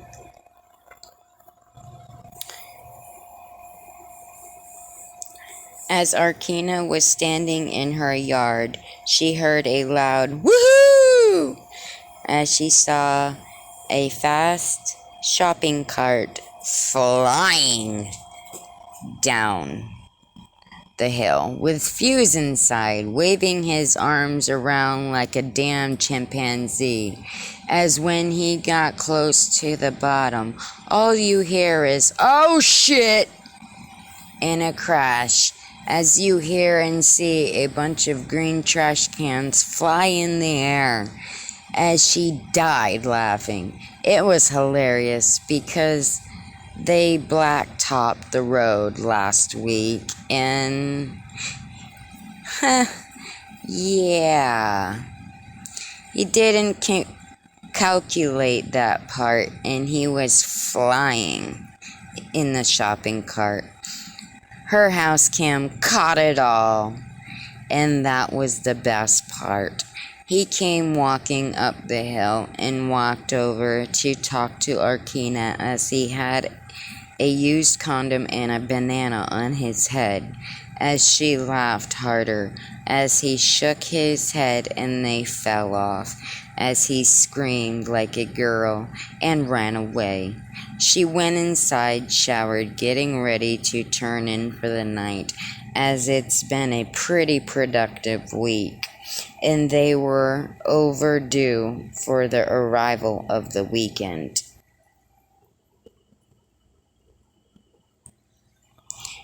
Magical Tribe Ranch.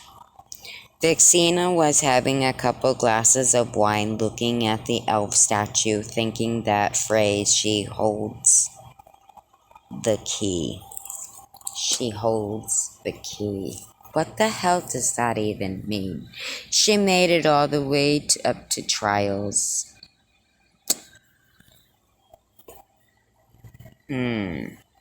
She holds the key.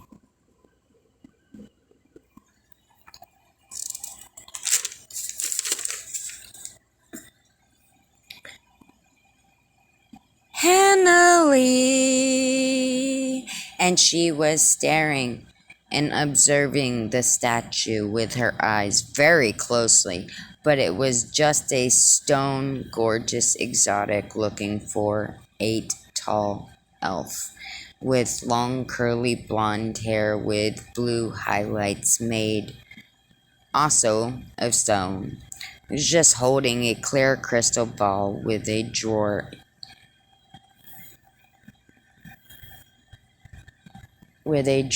in the round wooden base, obviously with the tray for setting things on, until she retired to the couch to watch Revenge, the series on Netflix. The guys were all at the bar having guys' night, which she wanted him to have time with his friends. She heard a knock on the door, so not thinking and looking out the window first, she opened the door to Jasper. Her face had turned as white as a ghost, speechless as he told her that he couldn't stay and was getting a plane ticket back to Boston. "But the ranch is safe, but I'm not so sure I can say the same about you." As he walked out and left in his truck, as she thought, what the hell is going on? What does he mean by that? As she closed and locked the door, but she never talked about her personal life, no matter how bad it got. At least up to this point. New beginning. Caden was a year old as a year has gone by, with absolutely no issues other than normal drama of everyday life, and he was into imports and lifted trucks. Vixena's new barn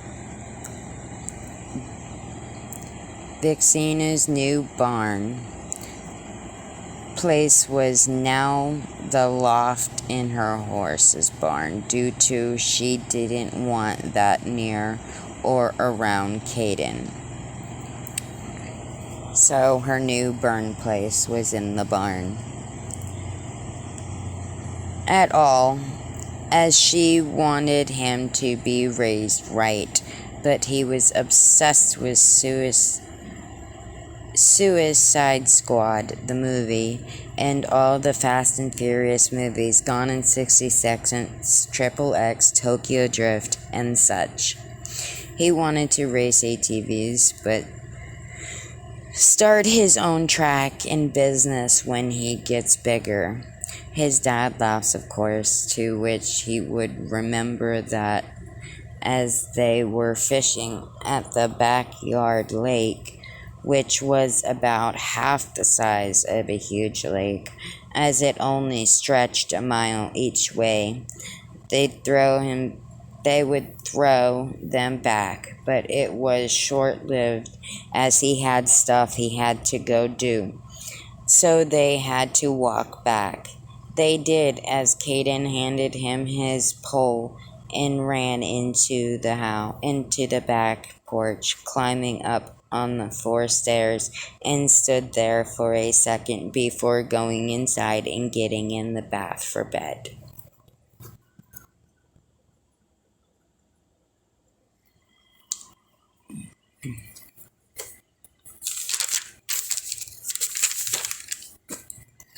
Caden's first Christmas.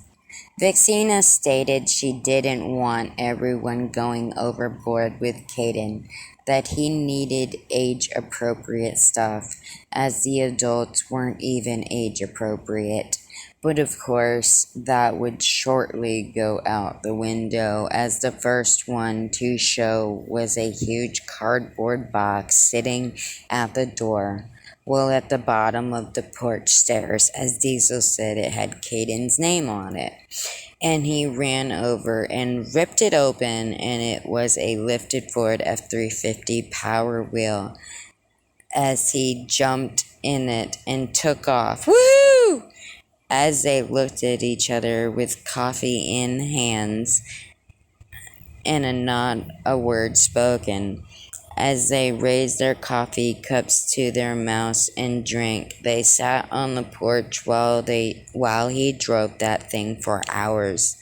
Tank got Caden a John Deere tractor Power Wheels, as Caden jumps off and jumps up, saying, "Oh my God!"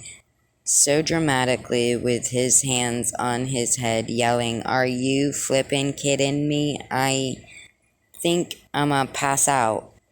As Tank replies, "Really, Caden? Really?" and laughs.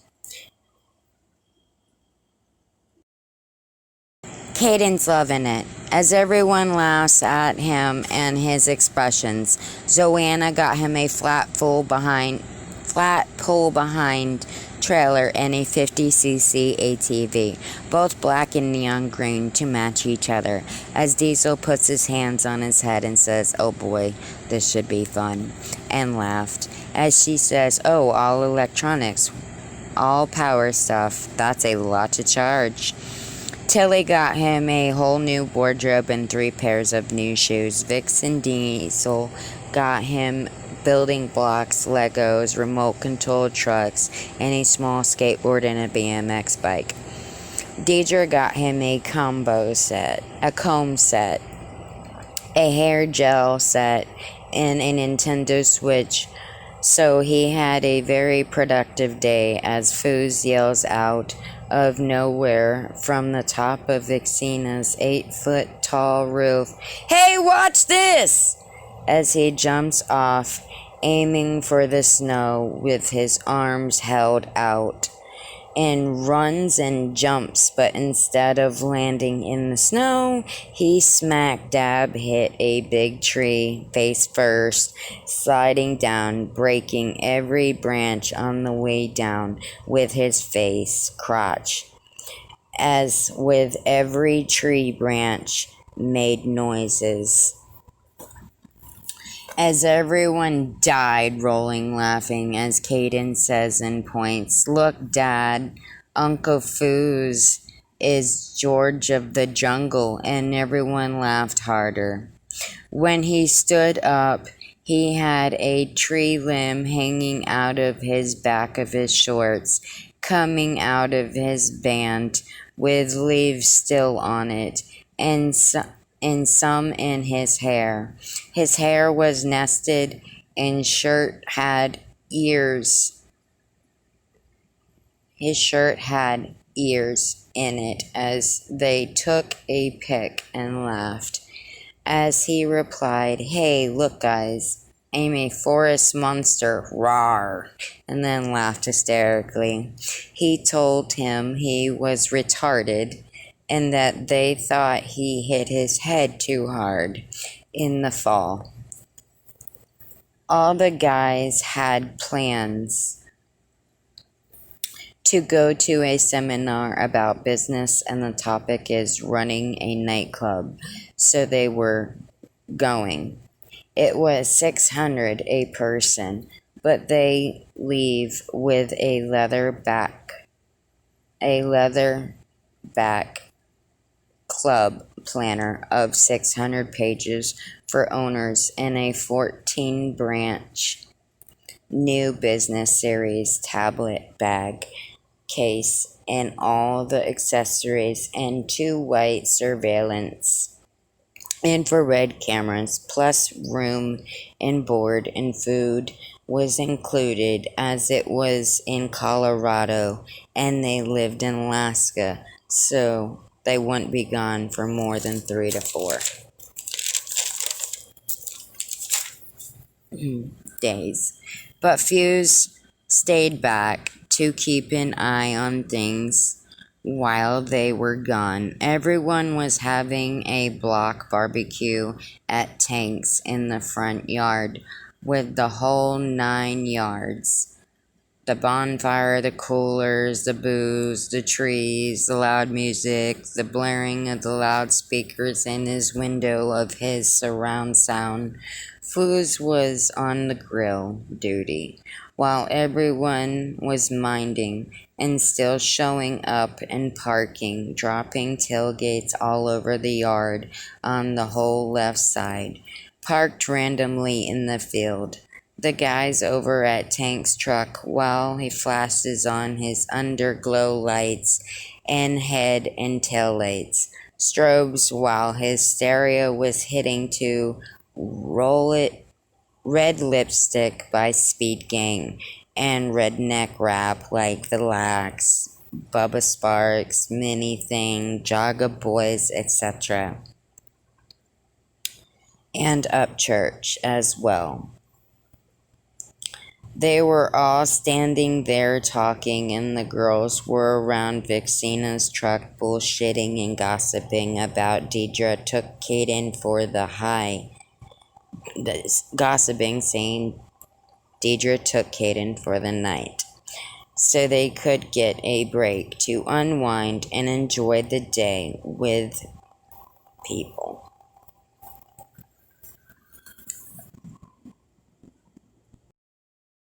Use you? Everyone was tore up. The girls were dancing to the music with bottles in hand, passing around a doobie, laughing their asses off, having fun, of course. This was the day the guys got back from the seminar, but they were just glad it was over with and to be back home with the family. People were still showing as the whole right of the field was open with the grill and the fold-out tables with all the food, brownies, salads, drinks, chairs galore around the fire pit. Tank, drunk as ever, was standing way away from everyone on the phone by a tree for a while as Arkina walked up wearing a mini knee boots to a crop top, pushing her boobs up as she stood there drunk as her body language said it all. As she got off the phone, as she placed her hand on his chest and tells him she's got the hots for him and she might not get the courage again to approach him, if not how that she fantasizes about him all the time as she slowly felt him up before walking back to the party, not even realizing what she's doing. He did. Throughout the night was going perfectly with no issues at all, as Arkina was clearly getting wasted, as she'd been drinking alone, leaning up against a tree with a Jack bottle in hand, wasted yet still drinking and smoking, as Jasper walked up, trashed, and started smoking, drinking with her, as he was groping her, getting her all hot and bothered, too wasted to realize, as he was running his hands up her skirt, fingering her as Vixena rushed up, yelling at him as she swung her arm back, and his knuckles whacked her right in her face, and she fell. Full force, enough to knock her out, laid out on the grass with a busted, bloody nose and mouth, as Tilly yelled. They all ran over as Tank swung and beat the hell out of him, pulling him off of Arkina as he was assaulting her. Vixena was out on the couch. Diesels cleaned her face as she slept.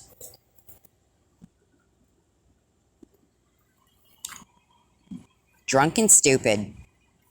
As the guys were hanging out, talking as they worked, as Fuse talked about getting mad wasted last night, thinks he was probed by a unicorn, as they all laughed, as Tank says, I'm not even touching that subject, and he laughed. Obviously, Vixena found out the crystal ball was a hologram, full of messages, and once they play, the drawer will open, but wasn't wanting to deal with that right now. Tank threw a huge party as he's the one wild child, free spirit, and everyone was there. The normal routine, and everyone was drinking as Ark dressed to impress. And her and Tank hung out, was flirting back and forth all night, laughing and even made out a little bit, had a blast. They hung out just casually for a few weeks, and no one's seen her so happy before. Now she never seen her so happy before. Now, as she is now. And it was nice for her friends and family to see.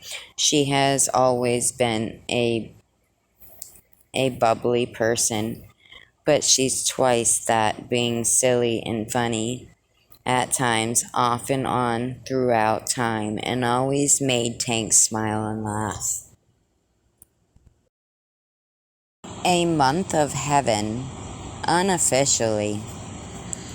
Everyone was hanging out as usual, Arkina dressed to impress, and everyone as they usual are drunk and high to the high heavens as she stumbles around looking for Tank.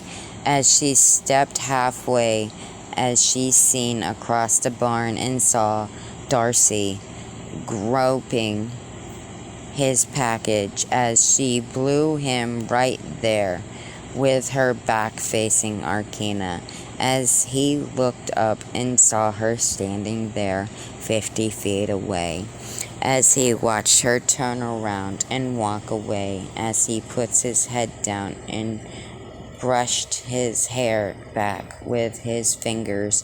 But after that night, Arkina didn't come out of her house for 3 months and counting, and didn't talk to anyone,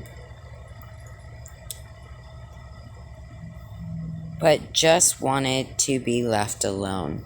Finally, Foos went over there, as he knew where the spare key was, and went and talked to her.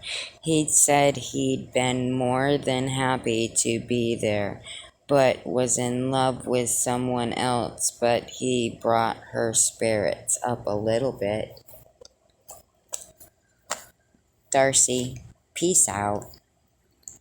Tank was tidying up his cabin a bit with jeans, boots, no shirt, doing dishes when Darcy stopped by and walked right in wearing almost nothing, with her booty shorts and crop top falling on him as he stopped and shut off the water and turned to look at her.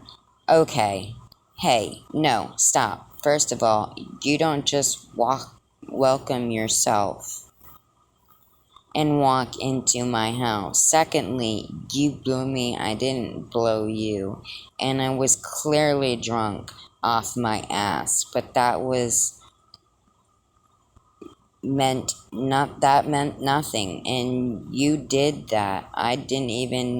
You don't even know me, so you need to take that trash somewhere else, sweetheart, because I don't want it.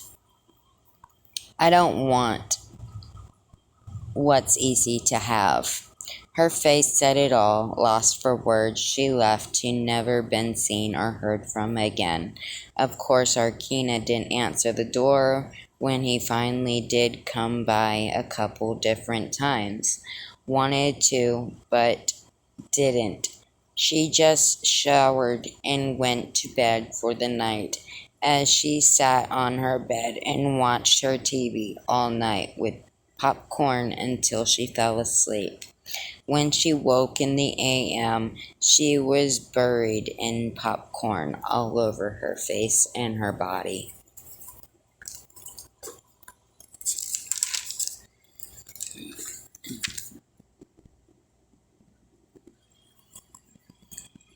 Crunked up!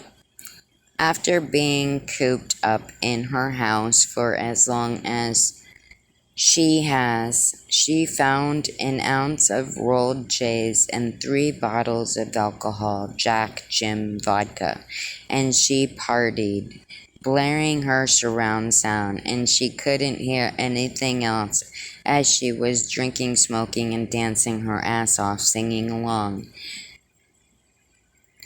She had a dance pole in her huge living room, mounted to the floor and ceiling, while only wearing a push-up bra and a pair of lace boy shorts underwear to match, and she used it listening to a mixed CD with Buttons, Don't Ya, Gangsta Lovin' by EVE, Gimme More, STD by Speed Gang, and Red Lipstick.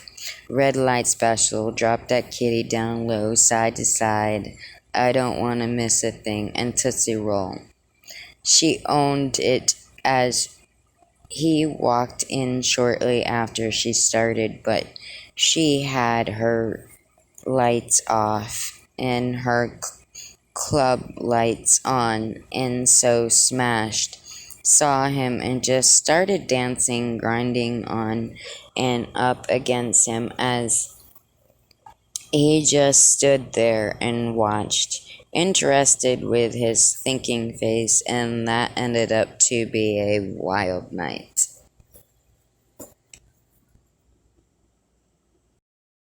Kina and Tank, they hooked up that night, and she was extremely happy, yet had a hangover like nobody's business, and had no recollection of the night before.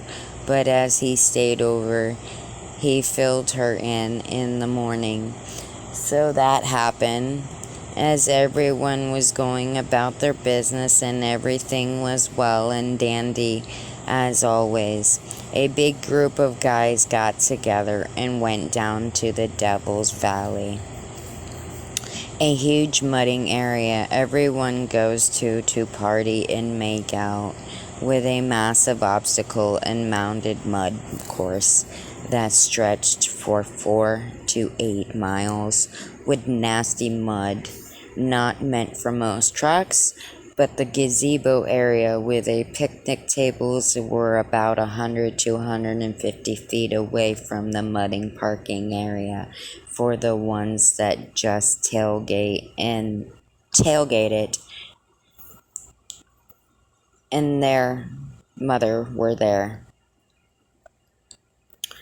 And Arkina was standing between Tank's legs as he sat on his tailgate with his hoodie on and beer in hand, and a small cooler by his side full of Bud Light bottles as they chilled and watched people act dumb.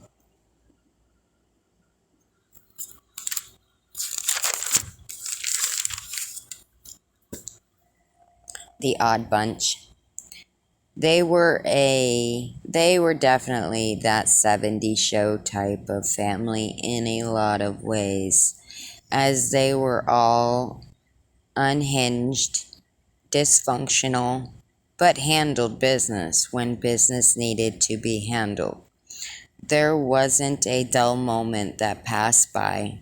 They weren't making someone annoyed or laughing, then they weren't doing the job. But everyone has their twerks and tweaks and moments. No one is perfect. So Arkina became an independent model as they discussed it after dating for a few months, and he would manage her, and it went fairly well with no hassles or issues. But in this industry, there's bound to be issues, but they knew and were aware of so they were good there. Everyone encouraged her and backed her morally 1000%. We're happy for her and very proud of her, and she made good money doing it, as she has her own summer calendar and a spread.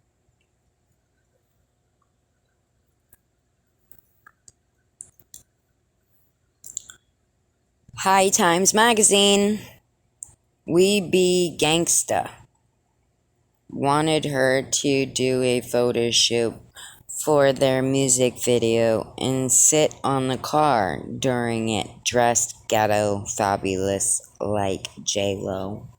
She declined.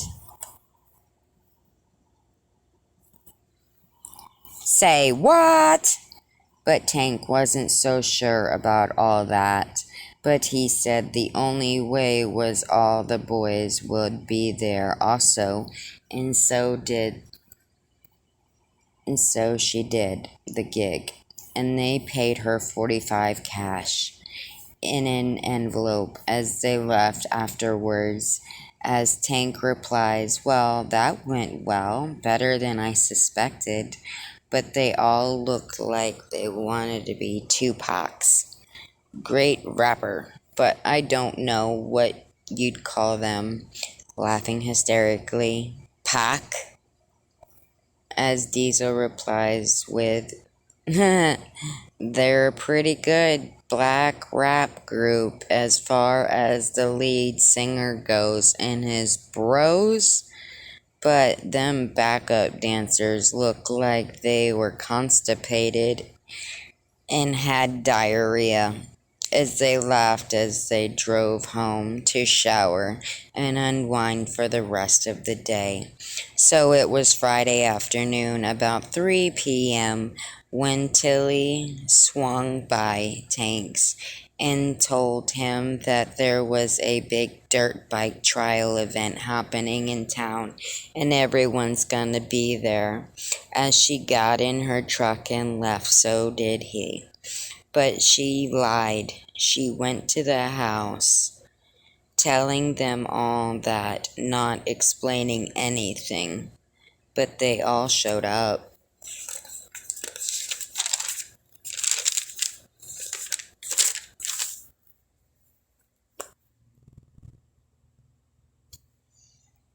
Nervous as hell.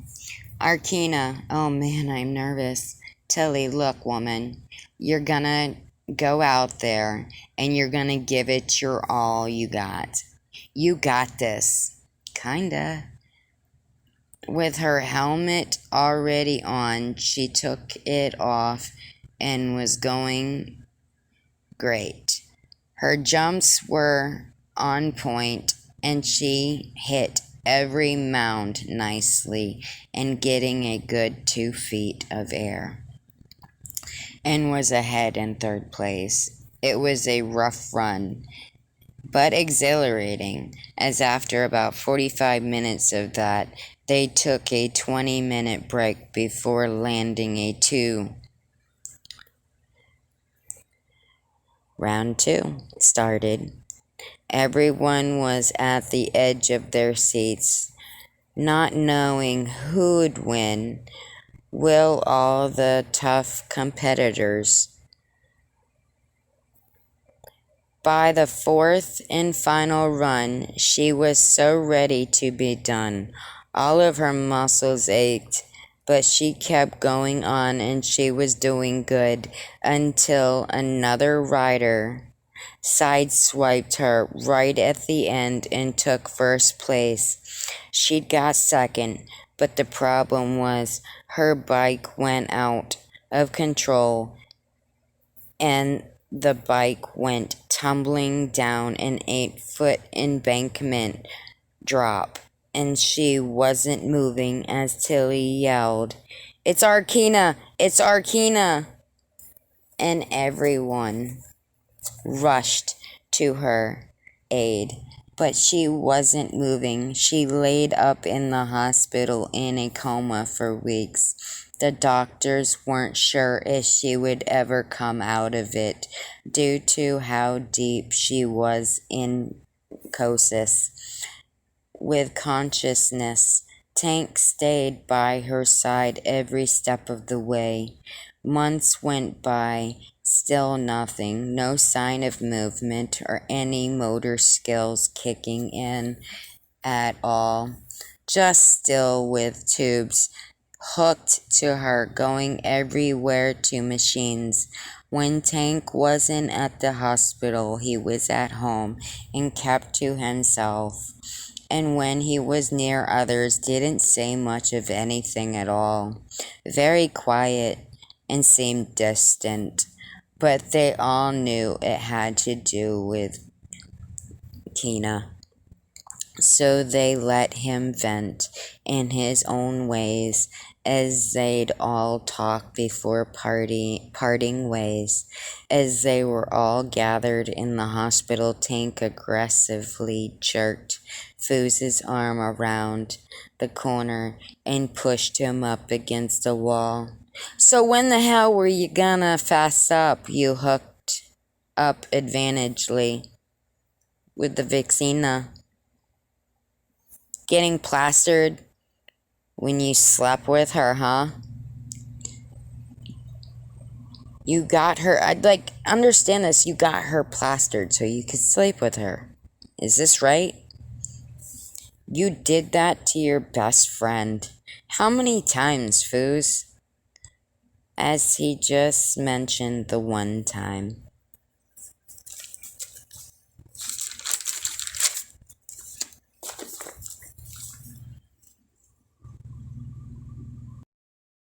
Secrets.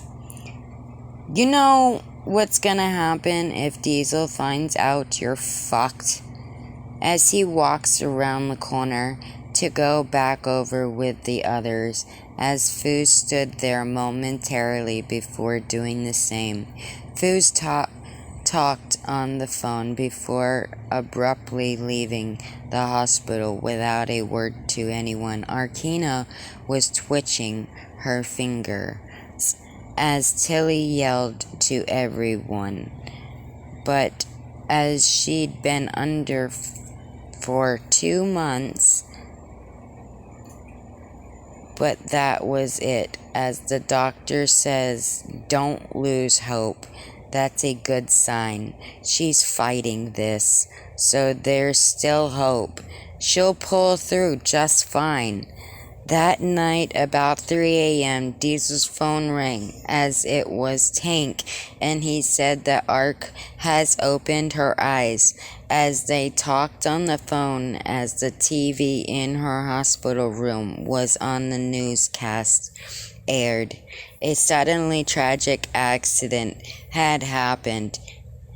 as two riders for Motorhead Racing collided as the same rider that rendered a 21-year-old Arkina Soul was struck by and rendered in a coma in the ER, but the other rider came out of nowhere and has been a total mystery. Tragically, the promising rider lost his life that day, and Cindy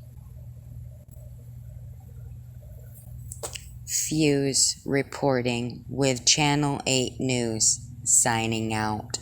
Tank turned the TV off as he looked at her and smiled. "You're gonna be just fine. And so are we." As he smirked, kissing her on her forehead and saying he'll go get coffee. As he walked out and everyone in the fam were talking about the newscast, all speculating on who it could have been, but obviously seeing that he was a damn good writer, wondering where he came from, as they speculate and add that this just happened an hour and a half ago, as so fresh news Arkina was released that day. It beforehand, Diesel says it did not happen an hour and a half ago. It happened 2 months ago. They're just airing it on the TV now. Don't you think there's a problem with that? She has a lot of physical therapy that she has to do to recover her muscles and regain her strength. Luckily, would be doing that for 6 months, and she stayed with Tank until she fully healed, as he'd also help her as well. Due to her mobility was snail movements. She went through this for 8 months and was already talking about getting back in the race 2 months later, which would make it a year total. But no one was liking that idea. As Tilly stated, if she goes through with this, I'll watch out for her. She'll be safe. And about 1 year and 6 months later, she did just that, with everyone at the edge of their seats due to her accident, but they were surprised and could finally relax after 6 months of gained successes and a big first place trophy to go along with it at the end of the championships, and had in fact got signed and sponsored with Motorhead Sports, as she'd get paid 25